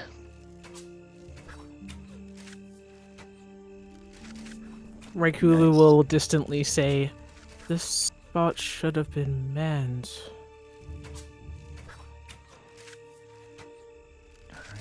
Father Misty, as you elevate your sight and take a broader perspective of the lands surrounding the Yowa tree, indeed there are no signs of life at all. The wardens should have been here, milling about preparing their defenses. No one is in the branches of the Yowa tree that you can see either. It is... My friends, I'm abandoned. afraid there is trouble. We've What do you arrived. mean, Pupper? We have arrived, but there isn't a living soul amongst us. Something is wrong. There's no wardens here. The Yowa tree is abandoned. Abandoned? What do you mean abandoned? That doesn't make any sense. I'm gonna start looking around to just see, like, is there, like, signs of a battle? Is there signs of people running away from the tree? Like, what's going on? Go ahead and make a survival or perception check. See if you can see anything like that. And Father Misty, you can do that too with your elevated sight. I'm gonna strap in Koji a little bit tighter. Nice. Natural 20 for Father Misty. I'm in tune with the universe. Father of 20s. All right. Father Misty, with your eagle eye, surveying this land from, you see what most would have missed. You see what looks to be corpses piled beneath piles of bamboo that have been cut down to cover them.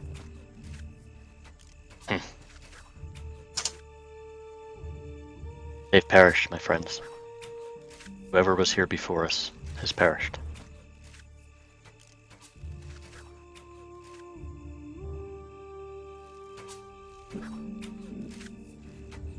I fear our journey might be in vain. All can see the light of the pre-dawn starting to lighten the night sky. Can I take out the ritual? Mm-hmm. Can I read it? It will take an Arcana check. Do that. Quick question too. If I use Eyes of the Runekeeper to read all writing, would that work on magical writing? Can you read the description of that? I have to pull it up. I have Dark Bargain, which lets me use Bardic Inspiration to do like an Eldritch evocation. And the Eldritch evocation, Eyes of the Runekeeper, lets me read all writing. Okay, then yeah, you would be able to read it for sure then. Okay. Nice. So I would like to try to do that like over your shoulder as you pull out the ritual. Okay, so Delilah, go ahead and make that Arcana check.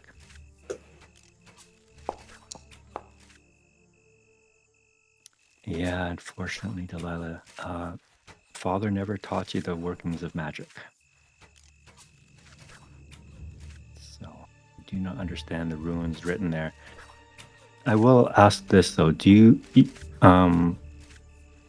you notice someone looking over your shoulder to read it? Do you allow that, or do you want to try and hide it, or?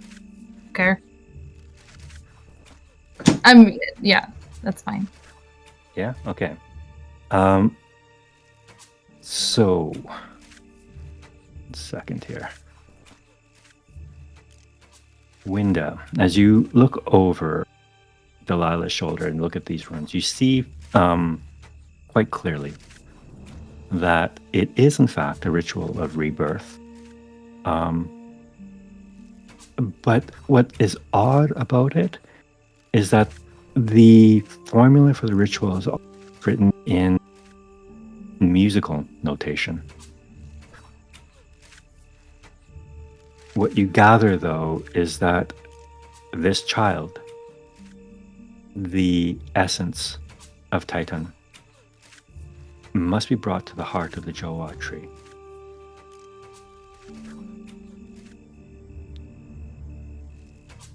And from there, the Spiritsong will be born. And the Spiritsong will put an end to all things undead. All things undead.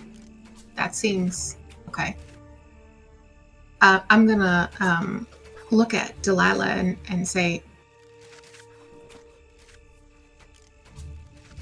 this seems like a big deal for you. I'm surprised, I guess, that you and your father would be pushing to support this. It's a heavy press. Can't do much about metaphysical things. You can't. Facing your own mortality is a little lackluster when you've already died. That's a pretty good point, I guess. I don't know, it just seems like the costs of everything that we're doing tonight are so high for everything that we know, everyone. It seems a little crazy. I'm surprised I've found myself wound up in all this.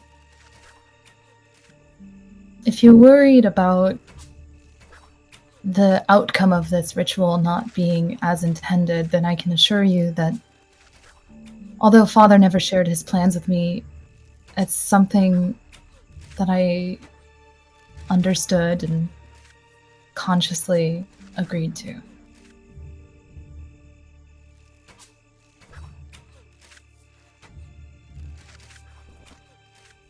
That's my perspective. The way that Koji makes me feel, I feel that he understands as well, but I guess it all just seems really big to me, especially for a child so young to be so in tune with concepts so great, bigger than any one of us. The idea of life and death and what it means to be more than just an individual, it seems too heavy. And the idea that you yourself are now on this journey to meet ends that you weren't told about to begin with, maybe. Who knows what'll happen to any of us?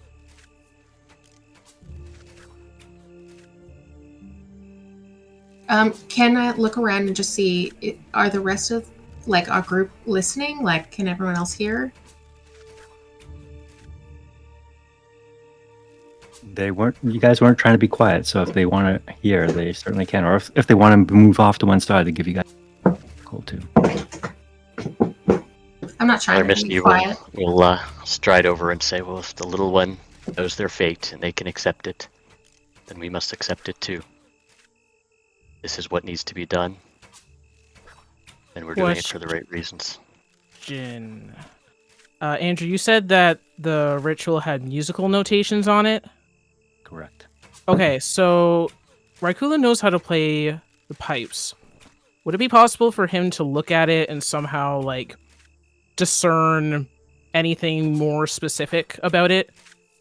Basically, I'm asking, can he read those musical notations? Go ahead and make an Arcana check. Okay, oh, well, this might not go and over have well. advantage because you can okay. read music. You have Thank you. proficiency I in was like, musical I instruments. don't know about that. All right.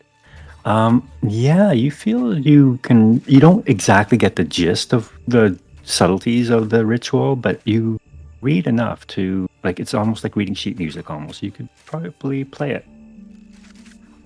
Oh. Okay. I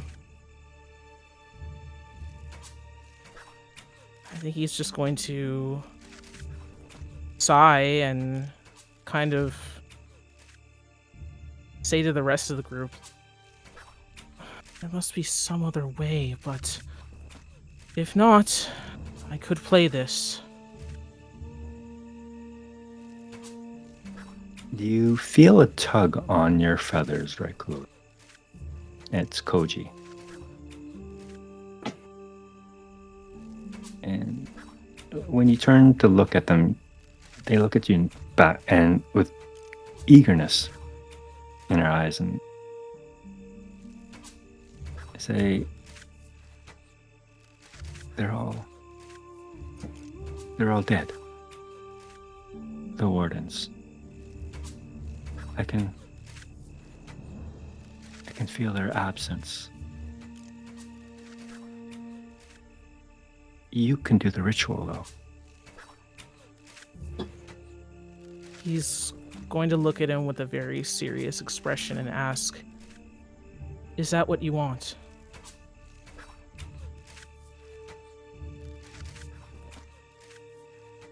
Yes.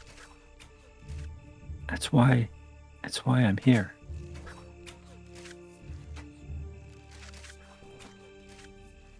He's going to swallow the lump in his throat, just look him dead in the eye and just say to him, "If I do this, know that I, nor none of us, will forget your name. He We'll smiles. carry it with us." And yours too, right, Kulu Tuita.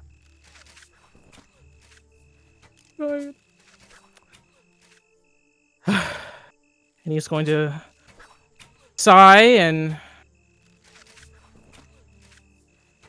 ask the group, "Shall I do it then?" How At the tree. We've got to make a way to the tree.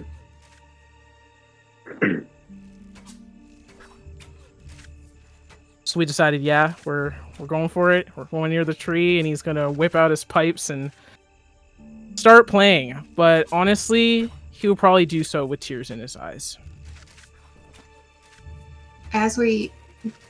how far are we from the tree? Is it like a long walk, or are we pretty much there? Here you're probably a few hundred feet away. Those blades of grass that look like they're at the base of the tree, those are actually like 30, 40 foot tall trees. Wow. Yeah. Okay, so it'll be a bit of a walk then. Yeah. Well, you'll get there in a few minutes. Not a Okay. big deal. Okay. Well, if we're taking off, then when we start walking, I want to talk to Koji a little bit. Ask him, "Hey, how did you get Pookie? How'd you guys meet?" Witherroot gave him to me. Oh yeah, how long have you had him? I just got him. Oh yeah. I just met Witherroot today. So yeah, he gave it to me as a gift. Pretty nice. Have you had a lot of friends so far on your journeys? Just you. This is But as you- we're walking, right? Yeah. Yeah. Oh, okay, yeah, sorry. But you're the best. I've had the most fun in it that I've ever had. I learned to fly. I saw an octopus. It was special. Thank you. Welcome. Just to clarify,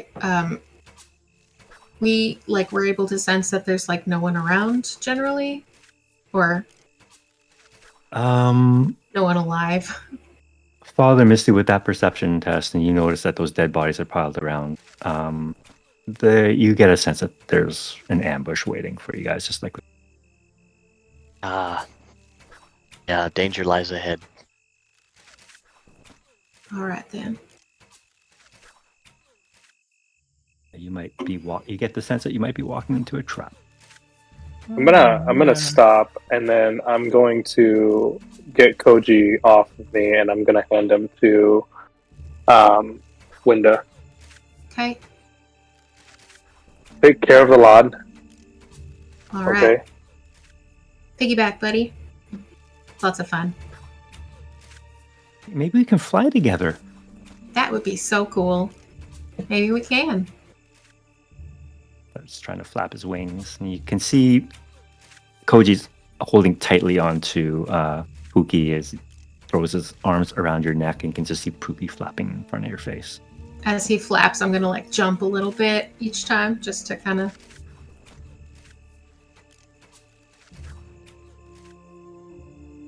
we're keeping our eyes out for an ambush. All right. Because you guys make it to the base of the Yowa tree without a problem, not seeing or hearing anyone or any sign of life at all. Father Misty will stay by Winda and Koji, ready to cast Sanctuary on Koji at the first sign of trouble. All right. You know enough that the ritual chamber is deep within the heart of the Jowa tree, and you know the way there. The wardens and those of the Crescent Sickle would know that well enough. So you make your way into the tree.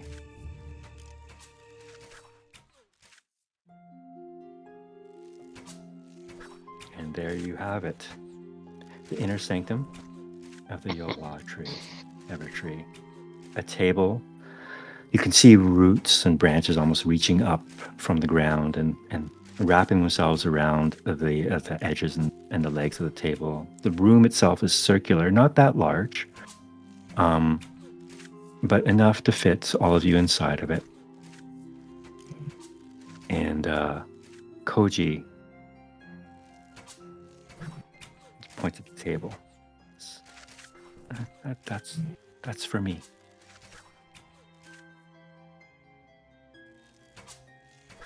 Who's Koji with right now? Winda. Oh, okay.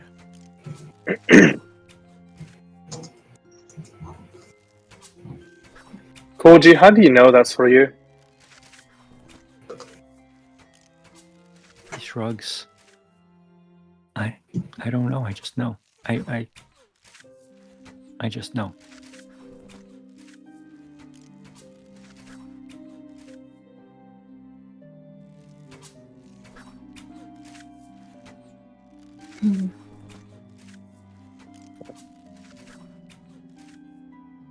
All right, then.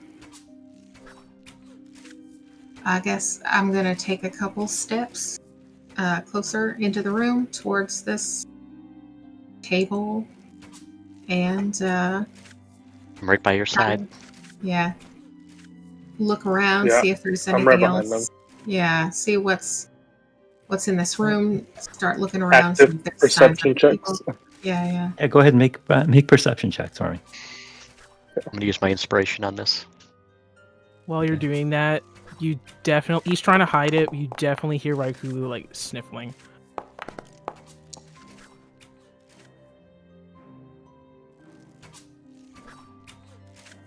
All right.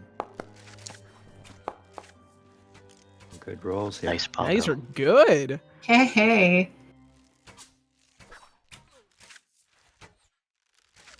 Delilah, did you want to roll too? Oh, I can roll? Yep, you can roll. You're all walking in here. You know there's an ambush here. Yeah, I'm gonna stalk to the shadows somewhere. Hence the. I'm gonna stalk the glooms. All right, I need you to make a stealth check then. Stealth and perception. I can do that. Yep. Stealth first, because that's the first one I saw with my eyes.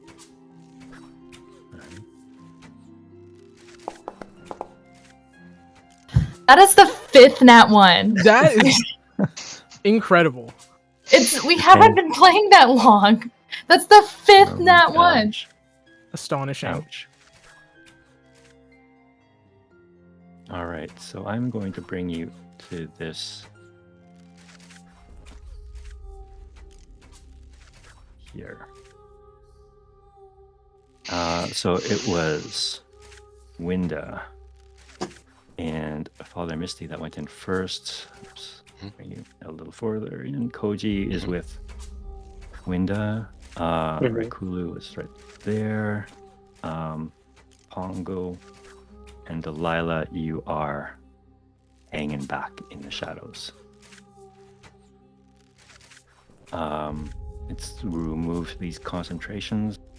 I don't think anyone's concentrating on anything right now, are they? No. No, I just even Sanctuary's not even Sanctuary's not even concentration, but I haven't cast it yet. All right. Get that off just before we get everything started. While you So- do that, I gotta go to the bathroom really quick. Be right back. Thank you. So sorry. All right. No worries. Who rolled? Pongo and Winda. You step into the room. This is where the wardens should have been to conduct the ritual for you. But clearly they are not.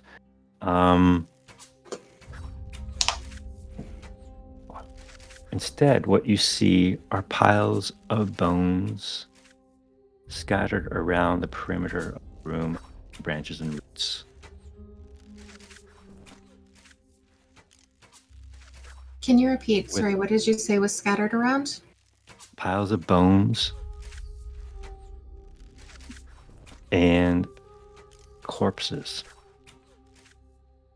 They don't look like they have been dead very long.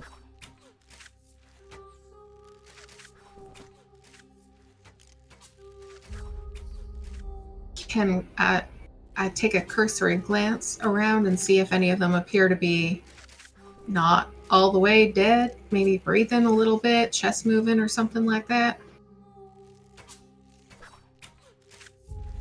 All right. You're just going to stay where you are, though? You're going to try and use perception from a distance? Yeah, I'm gonna use perception. I don't want to go too far ahead of the group, especially with Koji here. All right.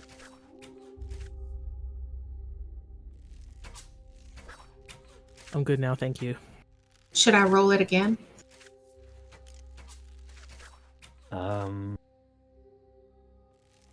Yeah, go ahead, please. And no, I'll do normal.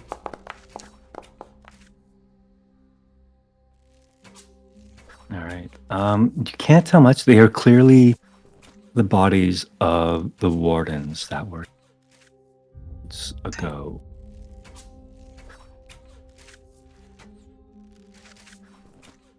I am going to roll some dice here.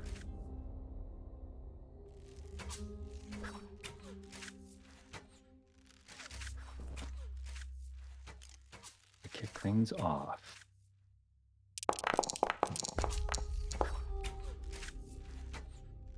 Wow. All right. Koji's going to make a saving throw.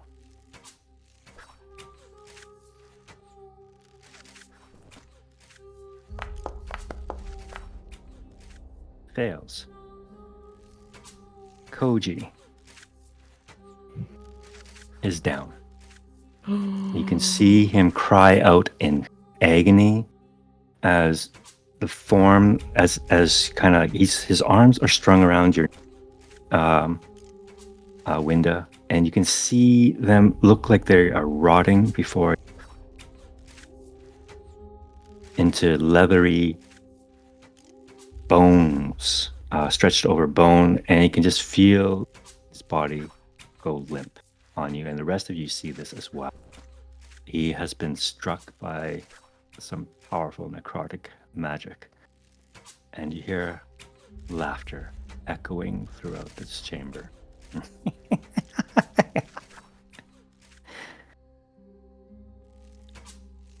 You are lost. The child is dead.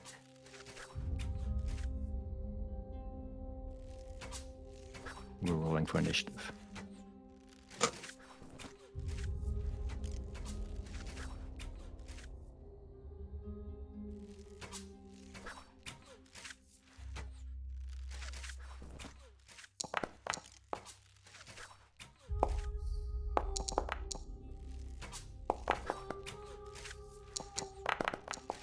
Wow, these high initiatives. Damn. Koji is a I'm going to roll just in case you guys bring him up. I'm assuming you will. Father Misty, you are up first when you see Koji go down.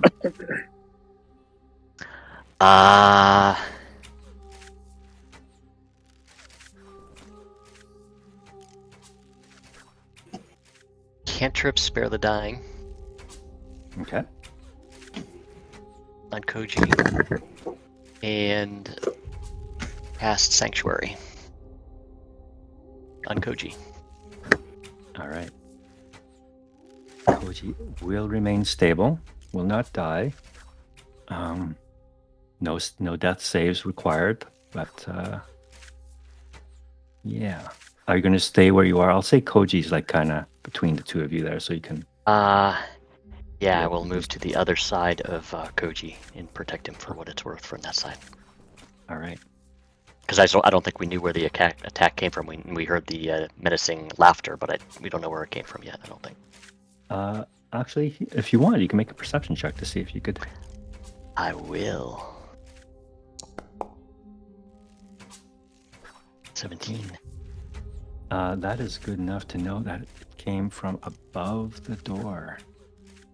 I will point and say, back you,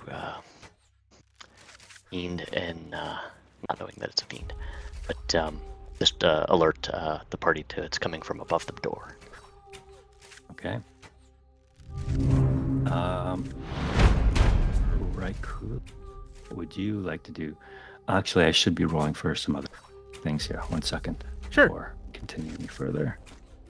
Oh, yeah, right. Yeah, Sanctuary is a bonus action, and Spare the Dying is an action, so I'm kosher. That's good. Oh, there's no party. 1 second. Is there somewhere we can see initiative order at?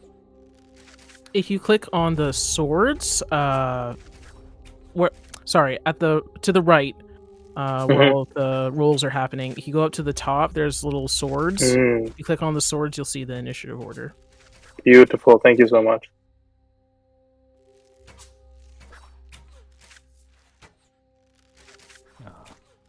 Why is he doing this to me?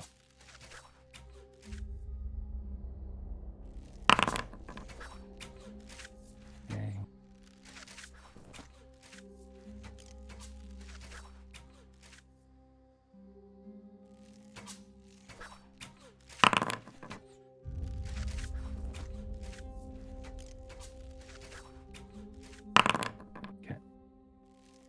And this one. It's good enough. All right. Yes, right, Kulu, what would you like to do? Okay. First, he's going to move over to where Koji is, looking very upset. He's going to use the rest of his lay on hands pool, which is not a lot, but it's something. So that'll be 4 points of healing. All right. Koji's back up with 4 points. Perfect. And then as a bonus action, I'd like him to cast Shield of Faith on Koji. All right, so Koji's AC is now whopping 12. It's honest work. Every little bit counts. All right. And is that it? End of turn for Right Kulu? Yes. All right. What happens next is you hear some strange arcane tongue being spoken, and these shadowy figures appear out of the trunks of the tree. Shadowy is just a metaphor, right? Shadowy as in shadows. I hate shadows. And they descend.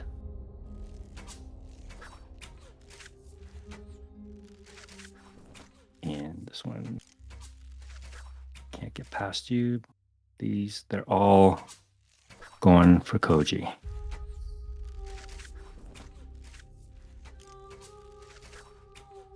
So I will do strength drains 3 times. At disadvantage. That's a hit. Oh, sorry. Thank you. I'll roll again. Oh no, they got to do the wisdom save from. That's not the Wisdom advantage. save. Yeah, they got to do the wisdom save from Sanctuary. And what's the DC? 14 wisdom, 14, and a failed save. Something's Failed. So first one does not attack Koji. Second one does. Third one does. So he still gets 2 attacks. So the first one, is it? No, it's not disadvantage. So the first one will still hit. And not Second disadvantage, one. it's just that wisdom save thing. Yeah. 2 hits.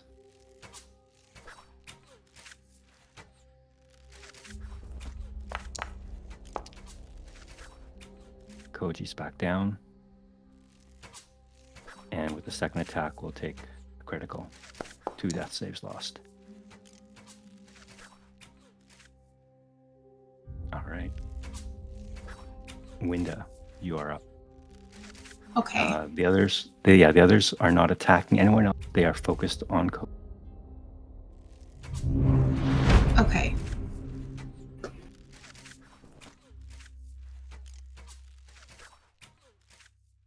I am going to use Cure Wounds on Koji. Okay. At 2nd level. Okay.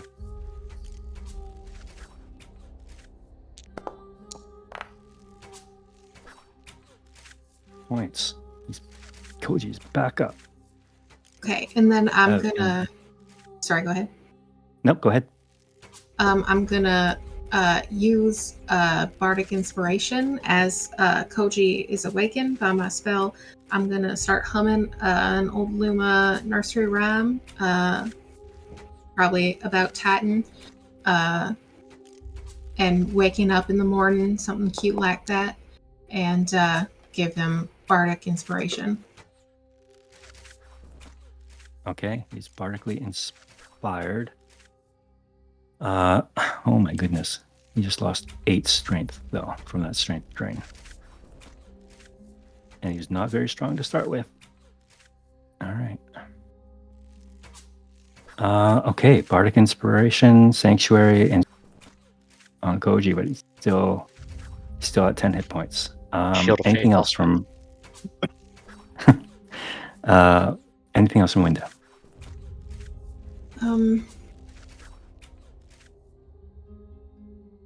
I don't think I can do anything else. All right.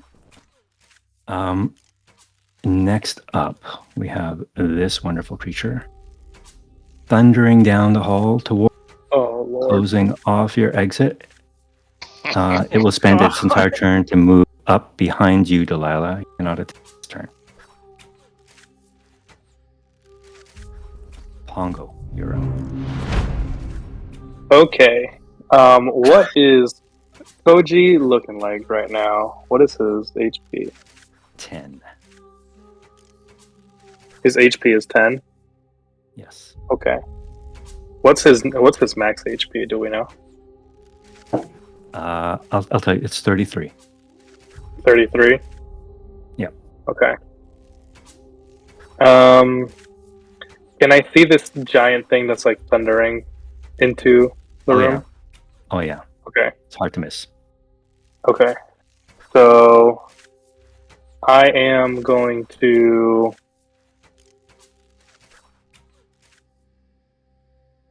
what am I gonna do? Good lord. Okay.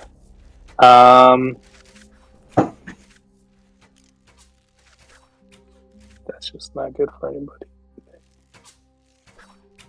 I am going to do some. I'm gonna. Okay. I'm gonna cast Life Transference. Okay. Go ahead and roll. How many hit points?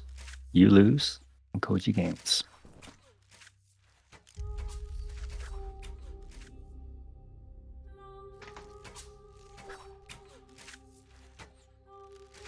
Let's see. It's 4d8. Yep. Okay. This is not. Huh? I think if you just click on the spell, it should pop up something in the.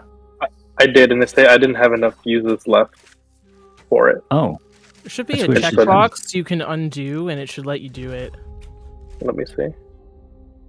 Consume available usage. Yeah. Oh, click okay, I that guess off. it's 0 out of 1 usage. Okay, so cast spell. All right, go ahead and hit that healing button.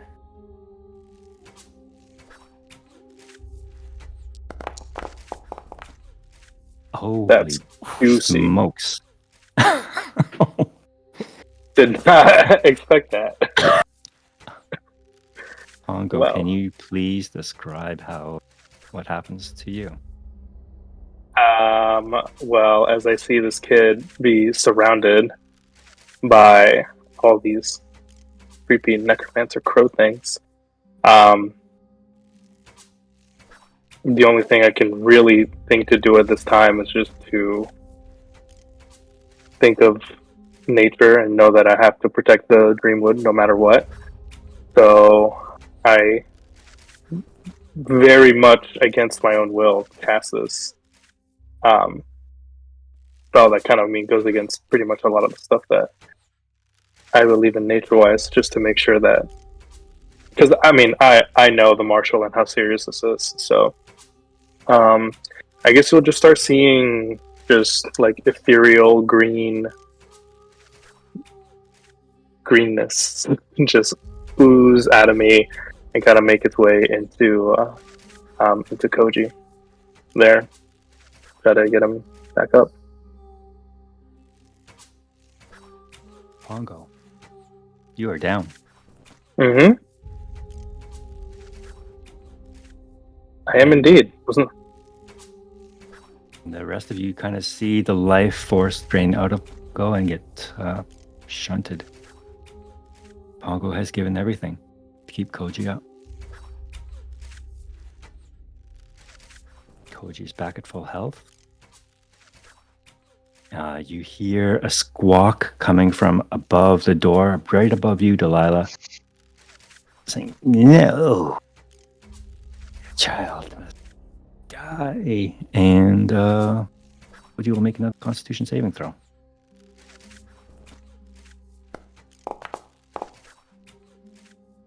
Makes it this time. Hold on, is this a spell attack? No, it's not a spell. Do it without the wisdom save. So I will roll the damage, and he takes half of it. He does have Bardic Inspiration for the saving throw if he failed it. Okay, no, he passed it with an 18. So he will take 15 points of damage. Still alive. From a second casting of Blight. Alright, and you all notice rising from the corpses of these creatures. But they are just rising this turn, they won't move this turn. Delilah, you're up. You have... What? Go ahead.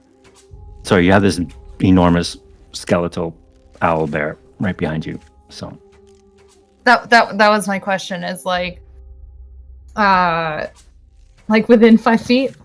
Within 5 feet. Okie dokie.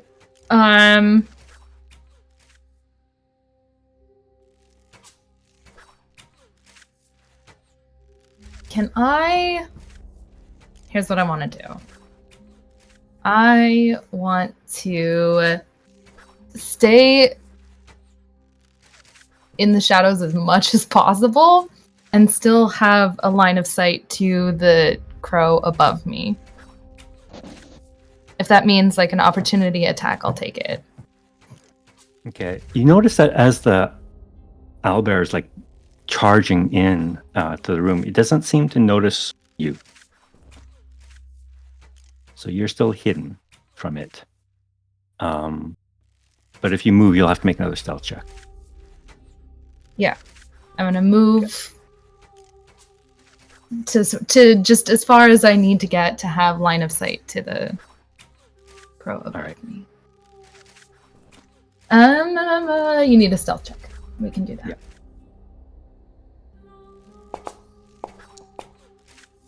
Yeah. As a Gloomstalker, do you have advantage? On stealth? No, I shadow. just have expertise on stealth. 12. Let me check this thing's passive insight. passive perception. Sorry. Just chronically low rolls. Chronically. Yeah, he sees you. So as you move away, he'll opportunity attack. As you emerge from the shadows. He'll take a swipe at you with one of his claws.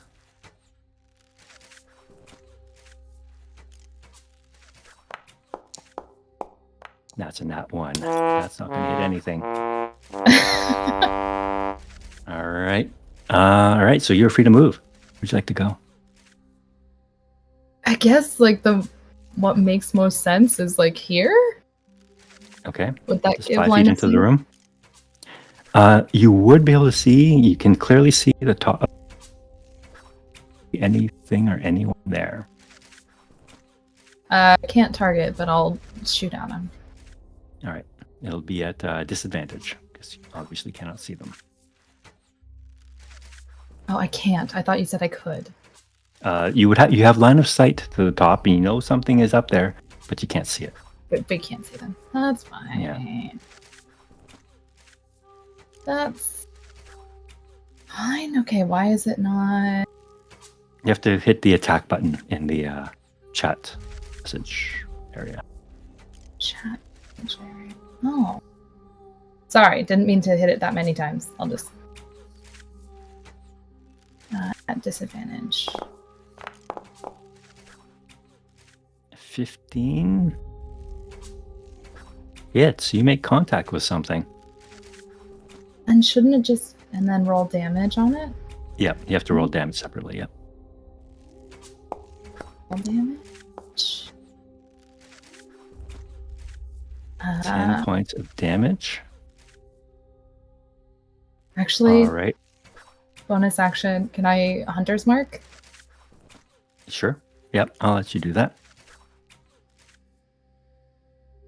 But because I said it after, I won't add it to the first. And then I have Dread Ambusher, which gives me an extra attack. Wherever. I'll cast Hunter's Mark later, but I'll just attack now. Second attack. I'll just. This one is not at disadvantage. As your first attack, he failed his saving throw on holding his invisibility.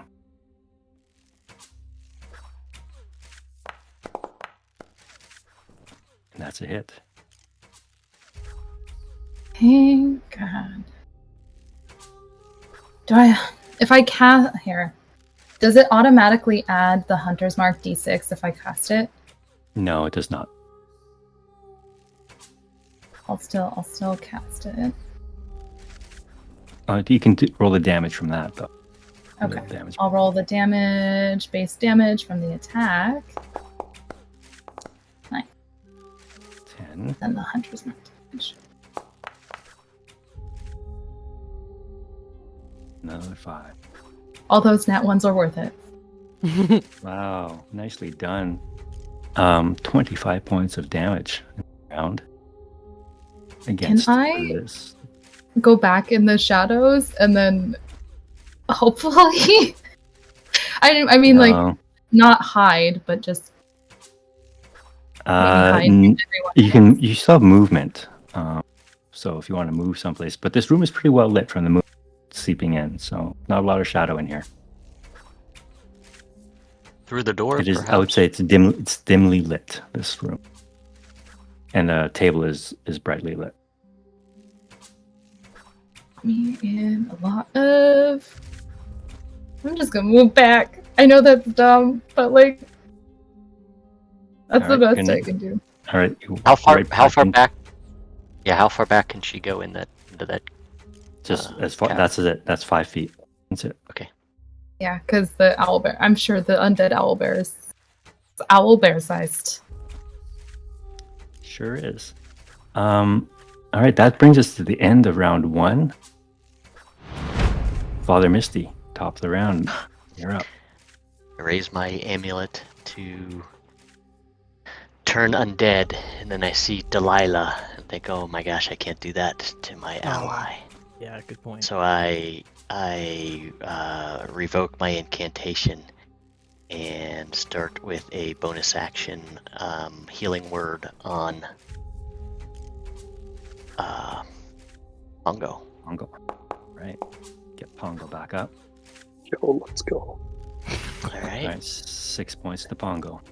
We're back. And that is a named spell bonus action.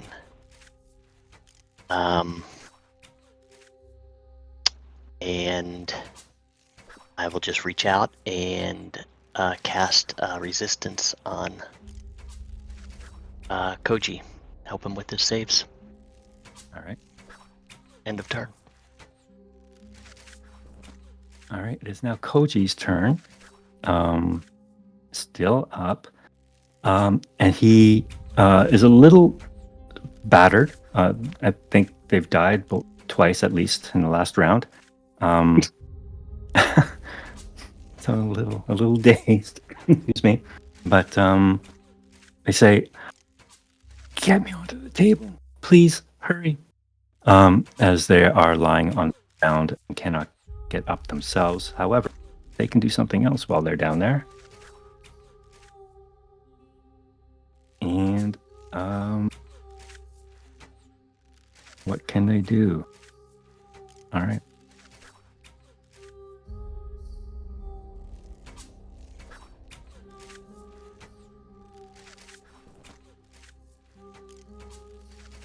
Cast Beacon of Hope.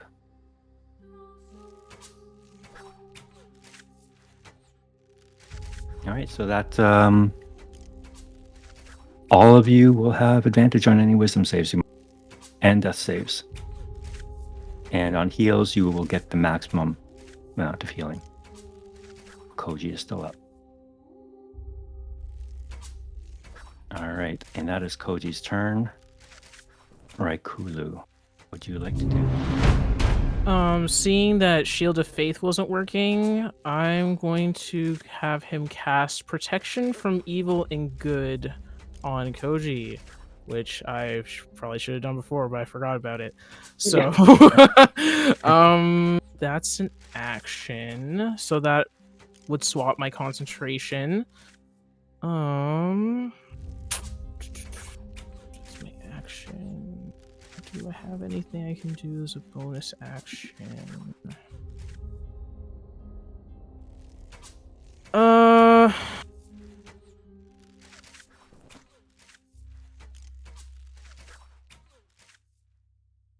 Bonus action. No, I don't think that's going to be useful at the moment. No, I think that'll be good enough for now. All right, you're not gonna move from where you are? I mean, I could, but then there would be attacks of opportunity, correct? Yeah. I will remind you that in order for the ritual to be completed, Koji needs to be on the table. Okay. I figured my first idea was to throw him onto the table, but I figured that would be my action, so that's why I didn't. Okay. All right. Yeah. No, that's fair. That's fair. Okay. So that'll be it. All right. Shadows will now go. Koji is still under the effect of Sanctuary. Mm-hmm. All right. We'll roll 3 wisdom saving throws.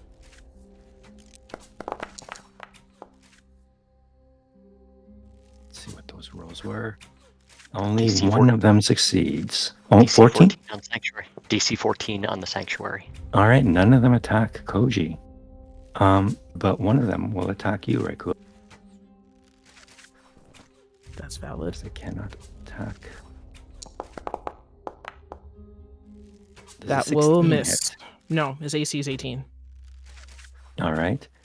The others will attack others as well. These 2 will attack you, Father Misty. Okay.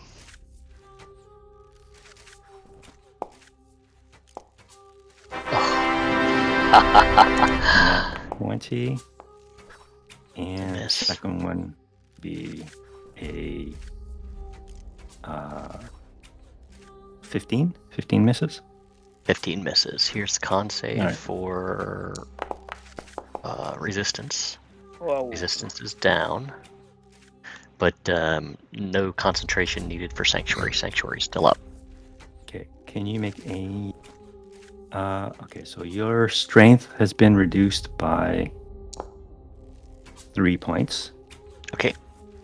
and you will take 10 points of necrotic damage. Strength override. So strength -3. That work? That didn't work. And the last attack will be on you, Winda. Shit.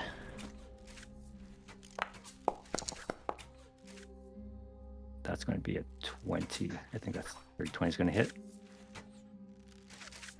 Yeah, it hits. Are you concentrating on anything? No, I'm not. All right. So you'll be taking 12 points of necrotic damage. And you will lose 2 points of strength. I'll tell you all of this too. Koji has been hit twice by that strength drain, losing 8 points of strength. He only has 9. If he just gets hit one more time, he's down. And you will not be able to get him up. Just saying. Winda, you're up.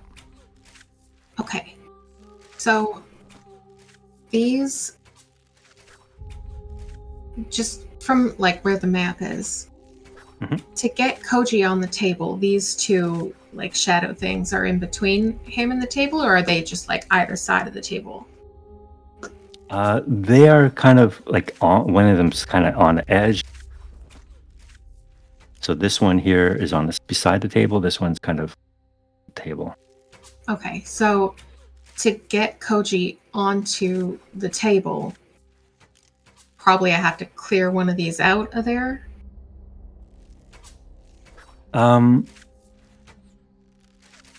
Well, let me double check something here. They are. Yeah, okay, there. Amorphous. They can move. You cannot. So yeah, you would either have to like move through Pongo and around like that way, or what I will allow you to do is if you want into Koji's space and kind of lift Koji up and over the other shadow, you could do that. Get Koji onto the table. Okay. All right. So I'm gonna try to do that, and I'm gonna bend down and kind of put my hands around him under the arms, and I say, "All right, what we practiced. Do your wing flap right now," just to kind of add some flavor and try to lift him up onto the table there. All right. So Koji looks up at you, smiles. I can do it. And he starts flapping his wings as hard as he can and helps you lift him up and over the shadow and on the table. Great job. All right. So now he's on the table. Like, does anything happen, or should I start singing the song? Like, I don't know. Someone needs to recite ritual or sing it now. Yeah, because the wardens that would have done it are dead.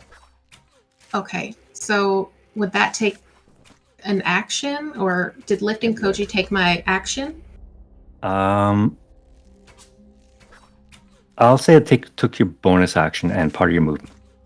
Okay, so from where I am, can I start singing the song?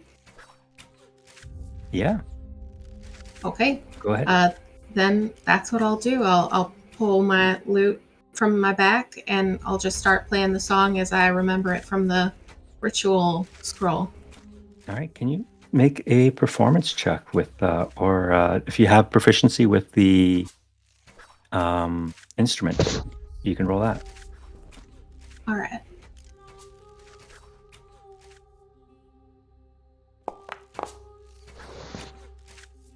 All right. So yes, you're starting to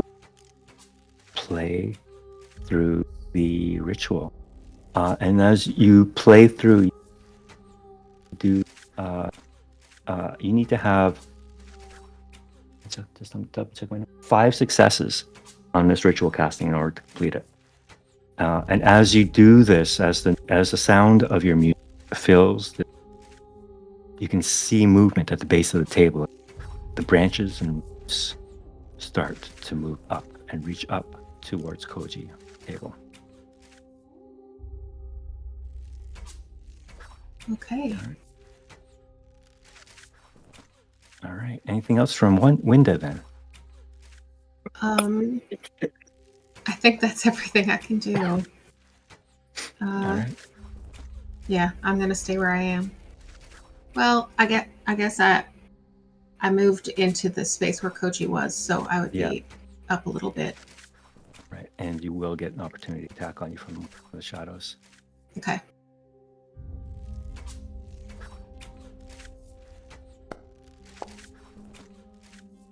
$15? Yeah, that hits. All right, and that'll be 6 points of damage. That's all I had. I'm down. All right, and 3 points of strength lost. Okay. All right, and Winda goes down. I will say, you. Let's see. How do I want to do this? I'll allow that one ritual casting success, but you are here. You are here though, and down as you stumble into that square. Okay. Delilah, you are being attacked by the owlbear. It will get 3 attacks on you. 2 with its claws. 2 with it. Oh, 2 with its claws. Yeah. Are claws slashing? They are. I'm resistant to the claws, but not to the bite. All right. So that's 1 hit, I'm assuming. 23. And a 15 is a 15 hit.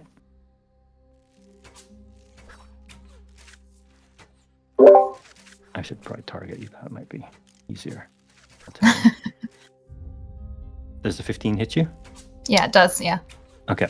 All right. So you'll take half damage from these attacks. Wow. Ouch. So 8. That's 10 from the first 10. damage from the first. Okay. Yeah. And 4 from the second claw. And then its beak.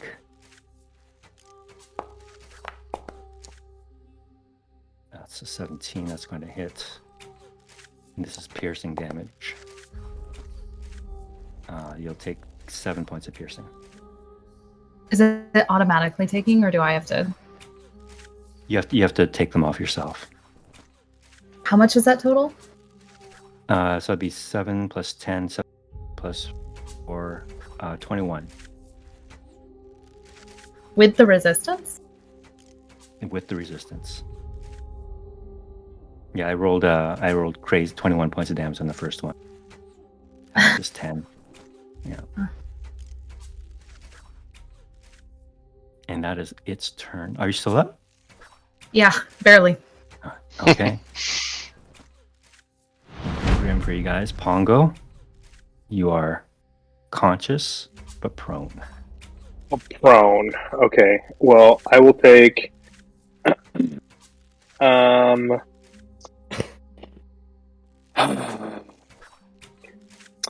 Can I wild shape while prone? / would that get me out of prone? All right. I'm gonna have before you make any actions. I'll let you roll an insight or An insight or what? insight, nature, or religion. Actually, Insight, nature, or religion. Pop this up.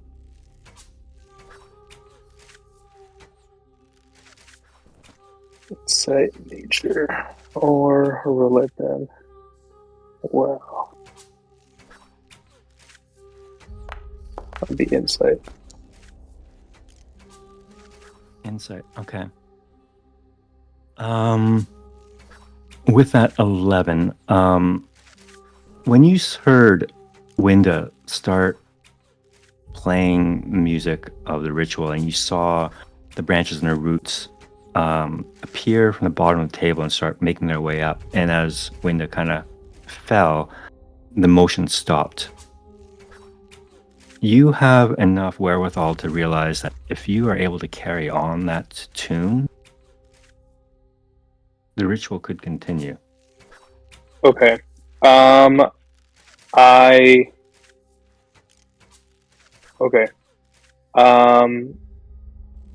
Did I pick up enough of like the rhythm of the song to? It'll be a keep performance going? check.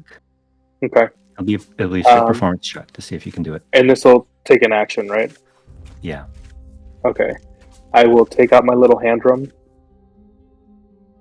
and start spinning it and do a performance check.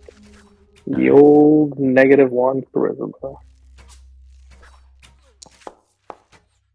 Don't fuck me. Hey, 15. That's still good. That's a success. So Let's you have go. 2 successes now. The branches have now reached the surface of the table, who you realize has gone trance. Koji?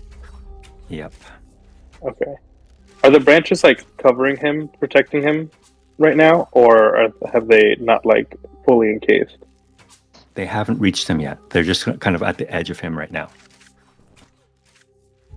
Okay. So one more success of the ritual casting.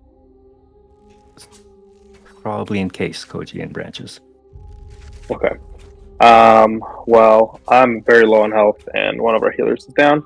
So, after what just happened, seeing what's happening, my instinct is just gonna be to protect the Dreamwood, and I'm gonna bonus action, and I'm gonna wild shape into a dire wolf. Nice.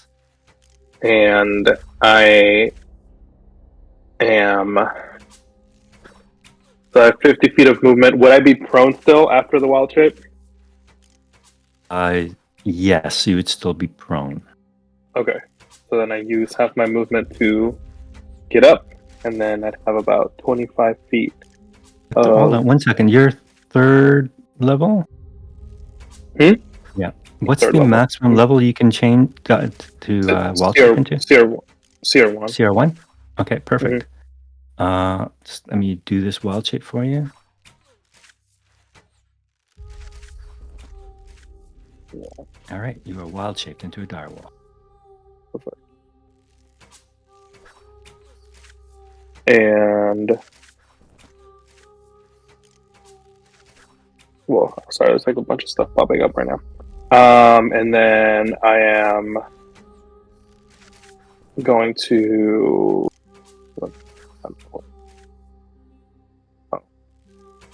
It's no longer there. I'm assuming you're going to stand up. Yeah. I used half my movement to stand up. Yep. Okay. And I still have 25 feet of movement. And I'm going to move somewhere where I could protect Koji. Sure. Better. Since you are large and Koji is small, you could effectively like just jump onto the table and cover Koji with your entire body if you want. Yeah, I think that's what I'll do, and I'll snarl at the shadows and then kind of take a look at my party members and just kind of with a look of like, you know what you have to do. Like, no matter what, you have to risk everything. Like, literally. All right, so you are on the table. If you move, looks like this guy will get an opportunity attack. Yeah, one of them will for sure. All right, and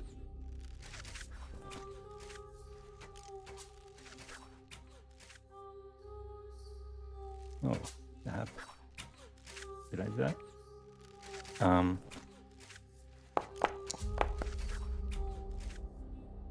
That's going to be a hit. That will hit. You're rolling so good, sir. Yep.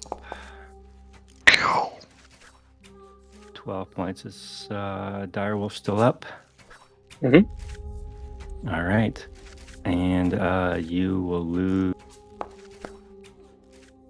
3 points of strength. Okay. Keep All note right. of that there. Pongo is on Koji. All right. It is now the Necromancer's turn. He cannot see Koji anymore, but there is this giant wolf on top of him. Mhm.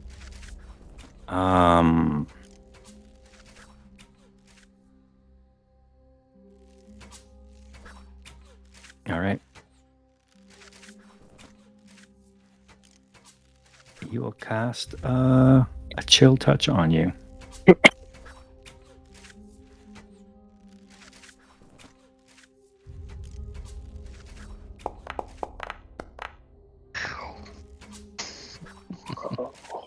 That hits. 3 points. All right. As he Could have been a lot snarls, worse. Get off the child. I go. Uh, Just snarl. all right. And now these skeleton wardens all rush in, and they will attack.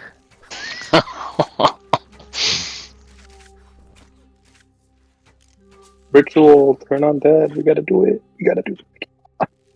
All right, so I'll do the direwolf first. They only get one attack each. Oh, I just have to roll. My screen is all glitched out right now. Yeah, there's a lot going on in the screen right now. Sorry. No, So two it's not misses because of that.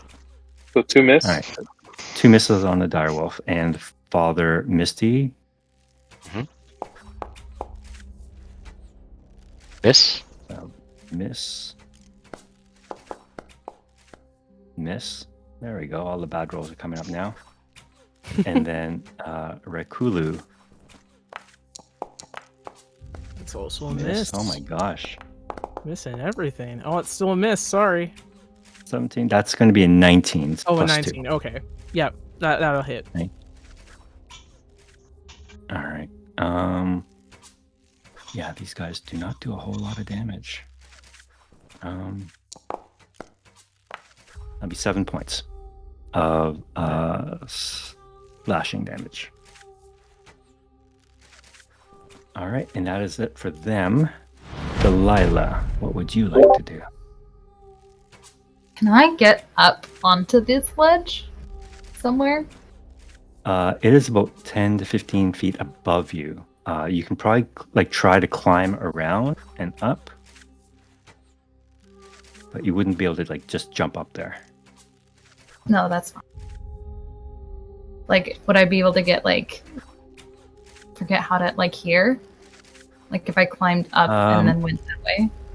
Yeah, so this would all be considered climbing movement, which is half. You cut your movement in half. So it would be 15 feet. So then I would half. So I would just get in there.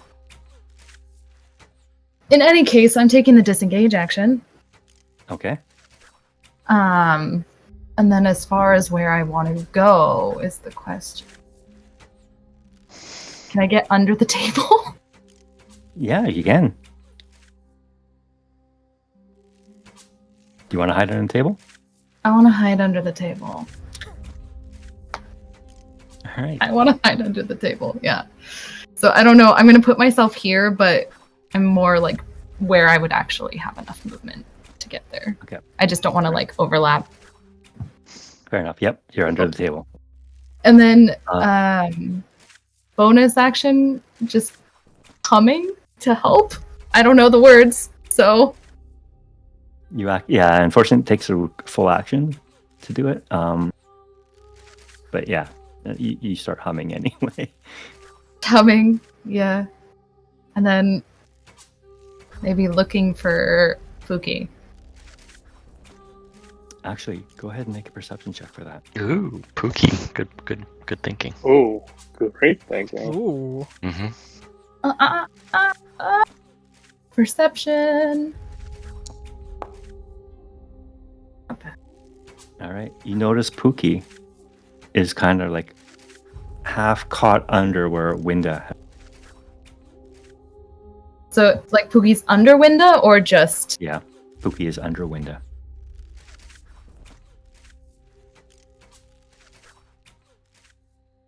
Next time, but would I be able to pull it? Like, not this turn, but just, like, is that, like, a possibility? I'll allow it. If you're really under, out and grab it. As a Yeah, free that object was... interaction.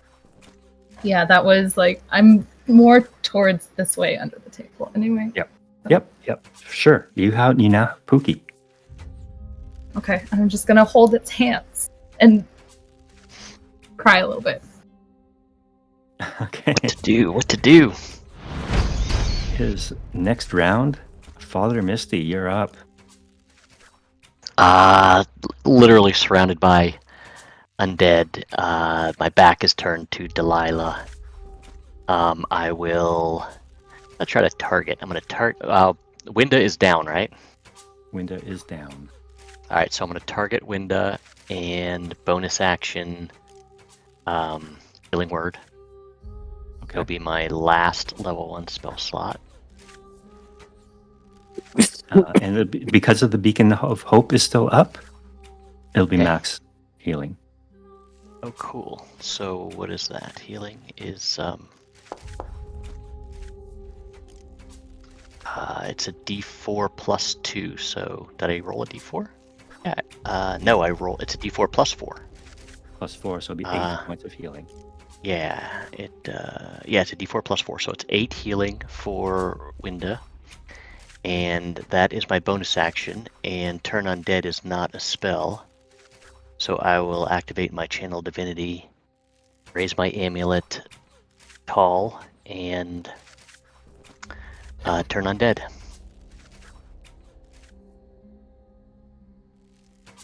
And what is the level that do you destroy any at your level?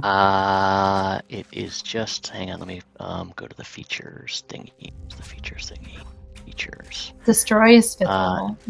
Turn undead usability. Yeah, it's just a turn. DC 14 whiz save for everybody that can see or hear me within 30 feet for 1 minute.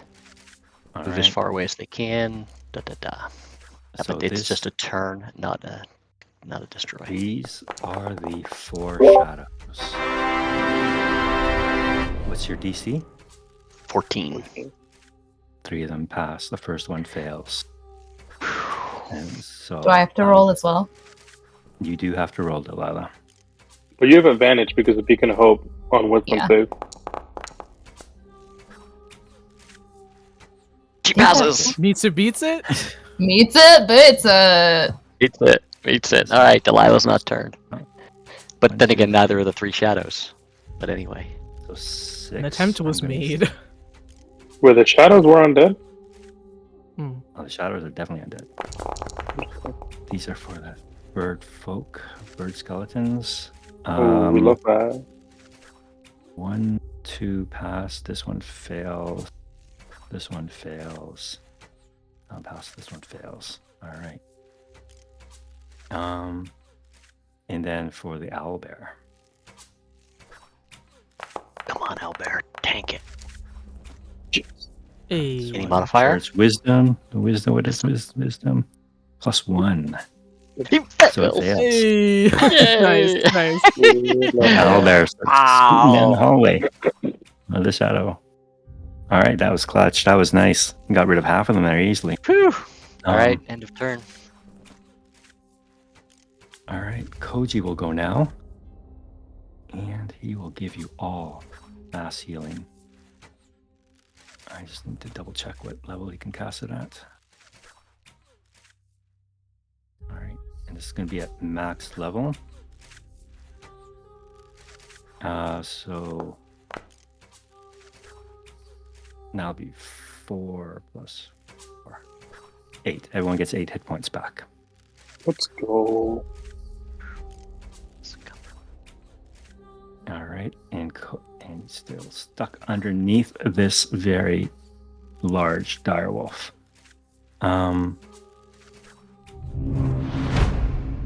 Rakulu. Hello. So, seeing that everybody is doing everything they can in the name of protection, he's going to whip out his bird pipes and keep going with the song. Nice. All right, go ahead and make that performance check for me, please, with advantage. Nice. Performance with advantage. Well, that could have been better, but it's okay. All right. So that is the third success. And with that, Pongo, as you were kind of like crouched on top of Koji protectively, you can feel the vines and branches writhe underneath, between your paws, and they are starting to cocoon Koji. Okay. Can I jump off, or am I just kind of like... Oh yeah, you can avoid the branches. They're not going after you. You won't get caught in them. But Okay, cool. Koji. I want to is protect now- him as long as I can, yeah. All right. Just so you know, with the branches there, Koji will have full cover up. So you're not offering any additional protection by doing that. Okay, cool. All right. Mhm. It is now the shadows' turns. They cannot get to Koji, but they can get to the protecting. Rakula, you can take an opportunity attack. Yeah, we'll do it. Okay. So that would be with Morningstar.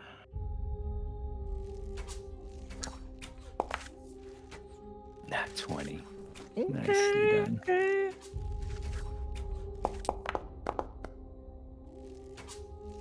14 points of damage. And nice. It is because it is mostly incorporeal. Tear off what looks to be like pieces, chunks of shadow and dark fabric almost as it rushes. So it is resistant to that damage. You did take a good chunk out of it. Okay, yeah, that's something. All right. Winda, you too can get an opportunity attack on this if you like. As it passes I would past like you. to do that, yeah. All right. Okay, so that would just be with my rapier. Okay.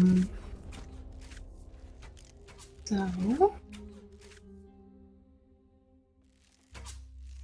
hold on, sorry.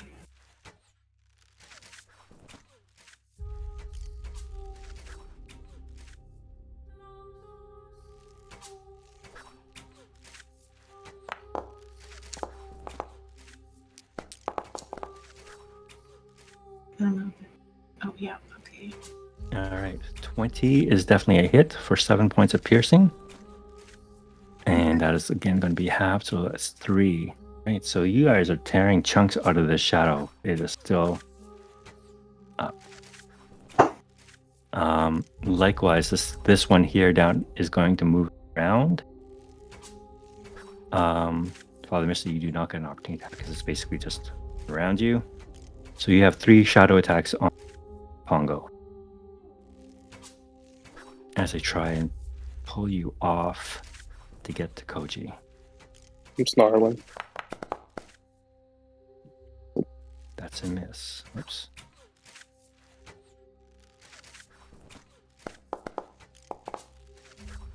That's a miss. And that's an Oof. Oof. Hey. 1 out of 3 ain't bad, huh? All right. 13 necrotic, and you will lose points of Oh. strength. That's going to hurt more than that damage, I think. Yep. And that is their turn. Linda, you're up. Okay. So for my action,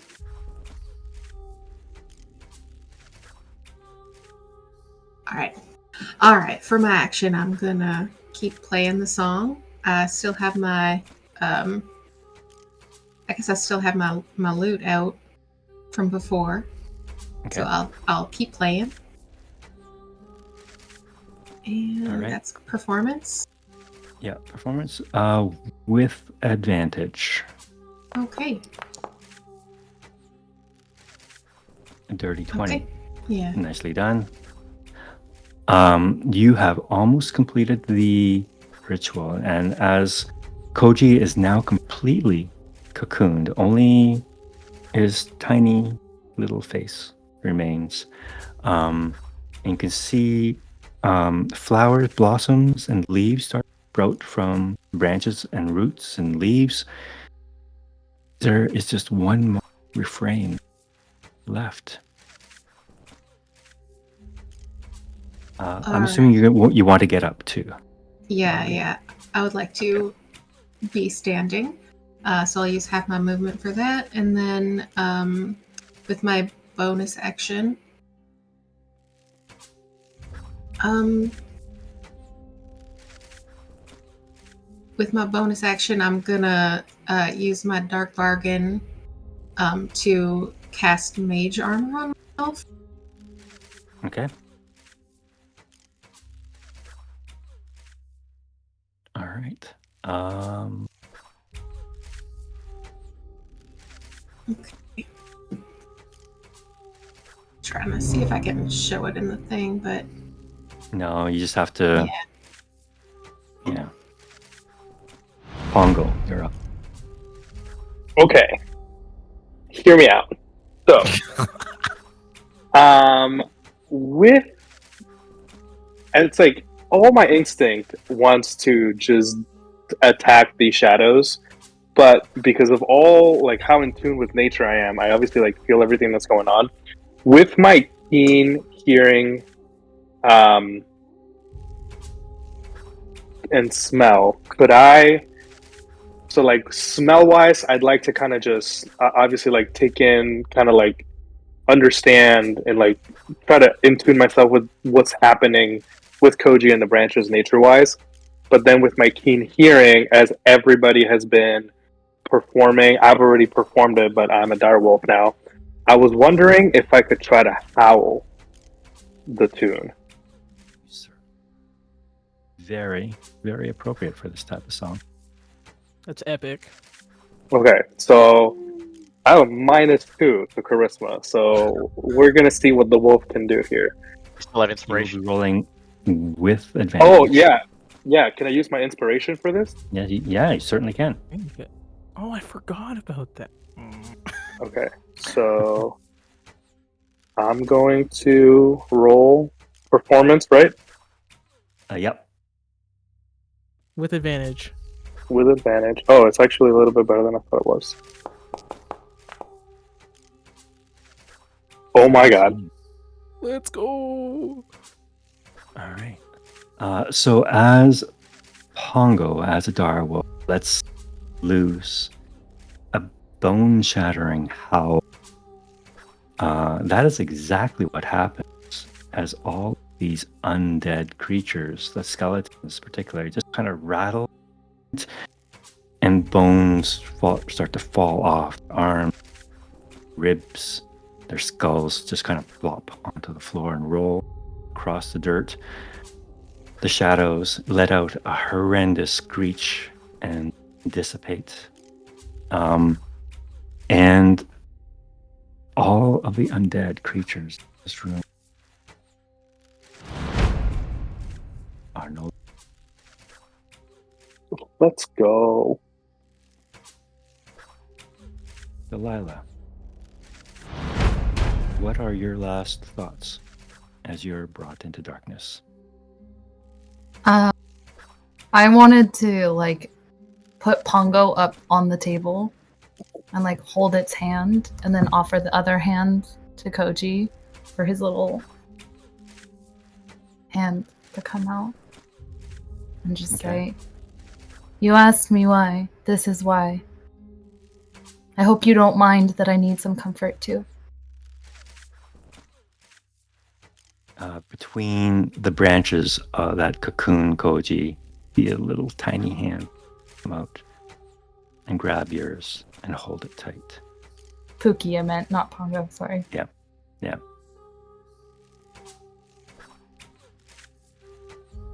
And that is the last thing that Delilah sees. As the rest of you watch her body slowly disintegrate into the earth. This necromancer up on the doorway here lets out a very disappointed squawk. You've ruined it all. That cursed child.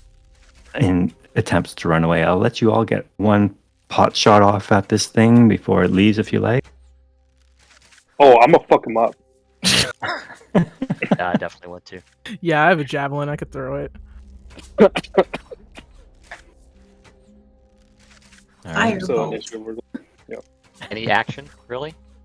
Any one action, to attack. Oh, spellcast? You can spellcast too, yep. Can we move? No, not movement though, because it's. Oh, then I it's can't do screen. anything. It just Okay. look me. I will cast. Oh, that's a Dissonant nat one. Never Whispers. mind. Oh well, actually. Hold on, I might be able to do something.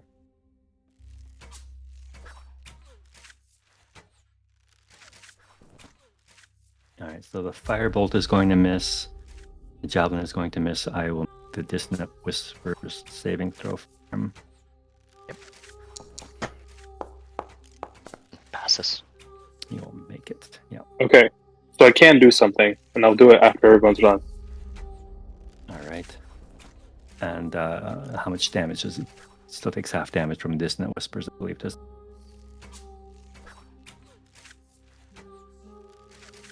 Oh yeah, he takes half damage on from Dissonant Whispers on a save. Yeah.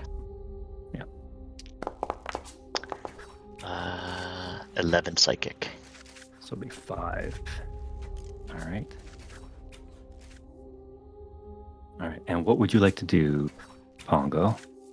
So bonus action, I'm going to exit out of wild shape and go back into my Mapak humanoid form. And then as an action,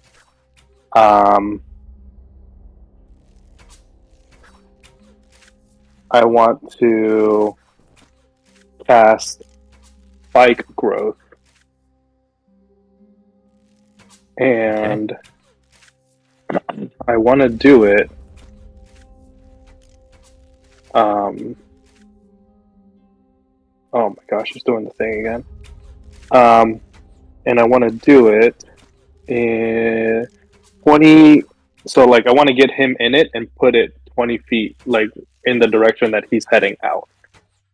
So that way, he has to He has to walk through. deal with that. Yeah. And that'll slow him Right. down too because it's like a difficult terrain there. Let me All pull right. this out. Okay. Well, it's huge, so over here somewhere in All that right. direction. Okay. So if he tries to move through it, it takes 2d4 for every 5 feet travels. Damn. Correct. Um. And it's difficult terrain too, so it's half movement. Stay and fight. I'm trying to put this down, but it's just not letting me. You're good. I'm gonna just reset the launch it. I can move that Oh, I appreciate that. kind of like that, right?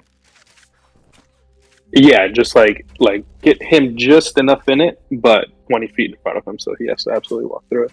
Either go through it or turn around and deal with us. All right. Well, the problem is he has step. Well, we try it. So He'll still be caught within 5 feet of it. So go ahead and roll 2d4 as he has to run through the last 5 spike to get to freedom.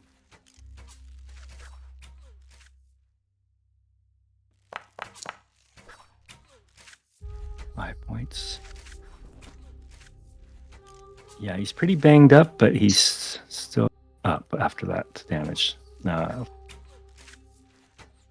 It's not working, but he manages to, you hear him curse and scream as these thorns start shredding his talons as he runs out.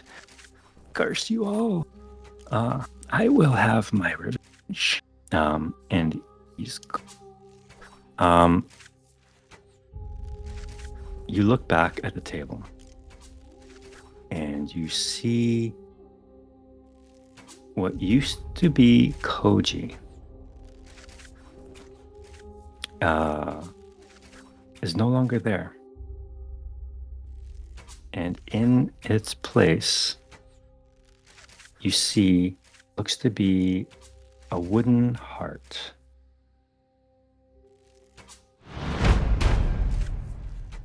Lying on the table with all these branches and roots kind of interwoven around it.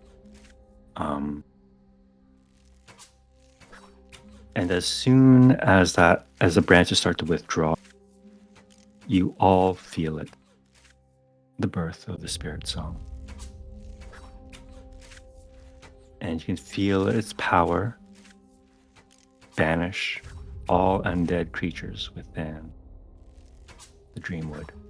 As you have witnessed within this room, as you have witnessed Lila succumb to it, those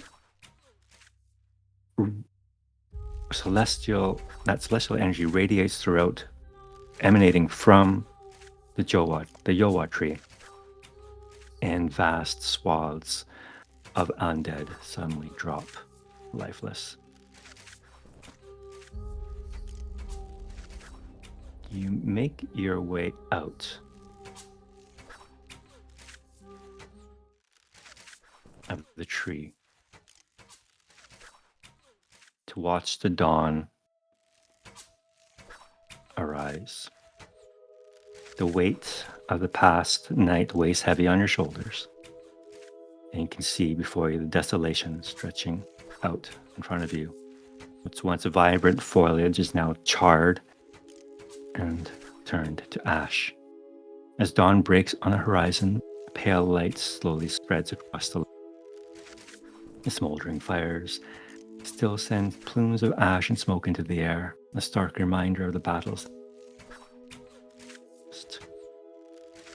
Yet despite the destruction, there is a sense of quietude, a stillness that settles over the land like a shroud. And as you stand here at the base of the Yowa tree, you can't help but wonder, was it worth it? Were all the sacrifices made in the name of peace truly justified? The answer eludes you, lost amidst the echoes of the something just crashed on me. Echoes of the final sounds of battle ringing throughout the forest and the cries of the fallen. But then a gentle breeze stirs, carrying with it the soft melody of the Spiritsong. It dances through the valley, caressing your skin and soothing your troubled. And in its embrace, you feel Koji, his laughter and smile, and with it a glimmer of hope and a promise of better days to come. For now, the war may be over, but the scars it has left behind run deep.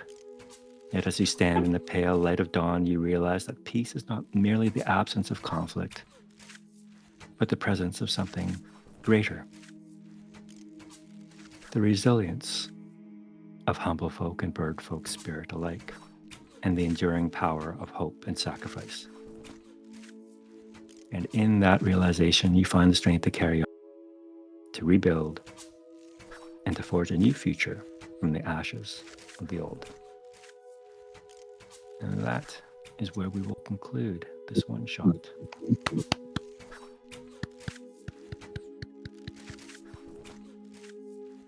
So you guys survived. I'm surprised you all survived that. I wasn't expecting that.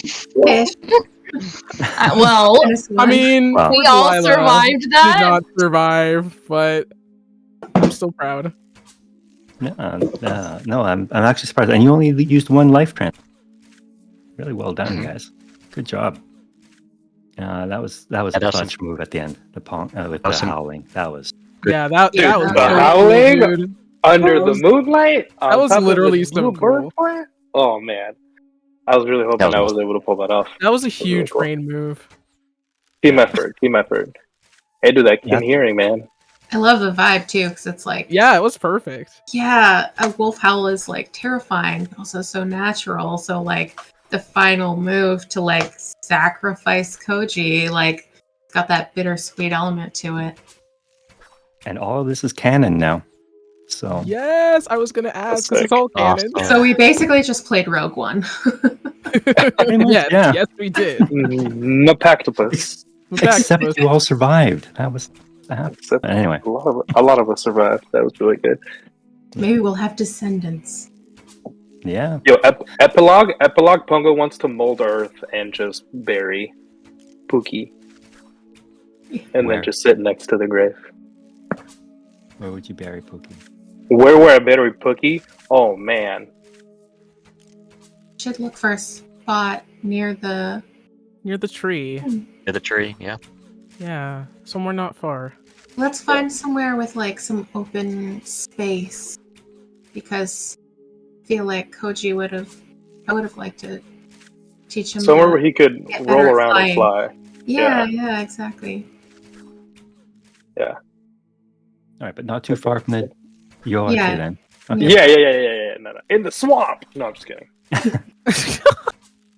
Well, Lila perished. I mean, that was one.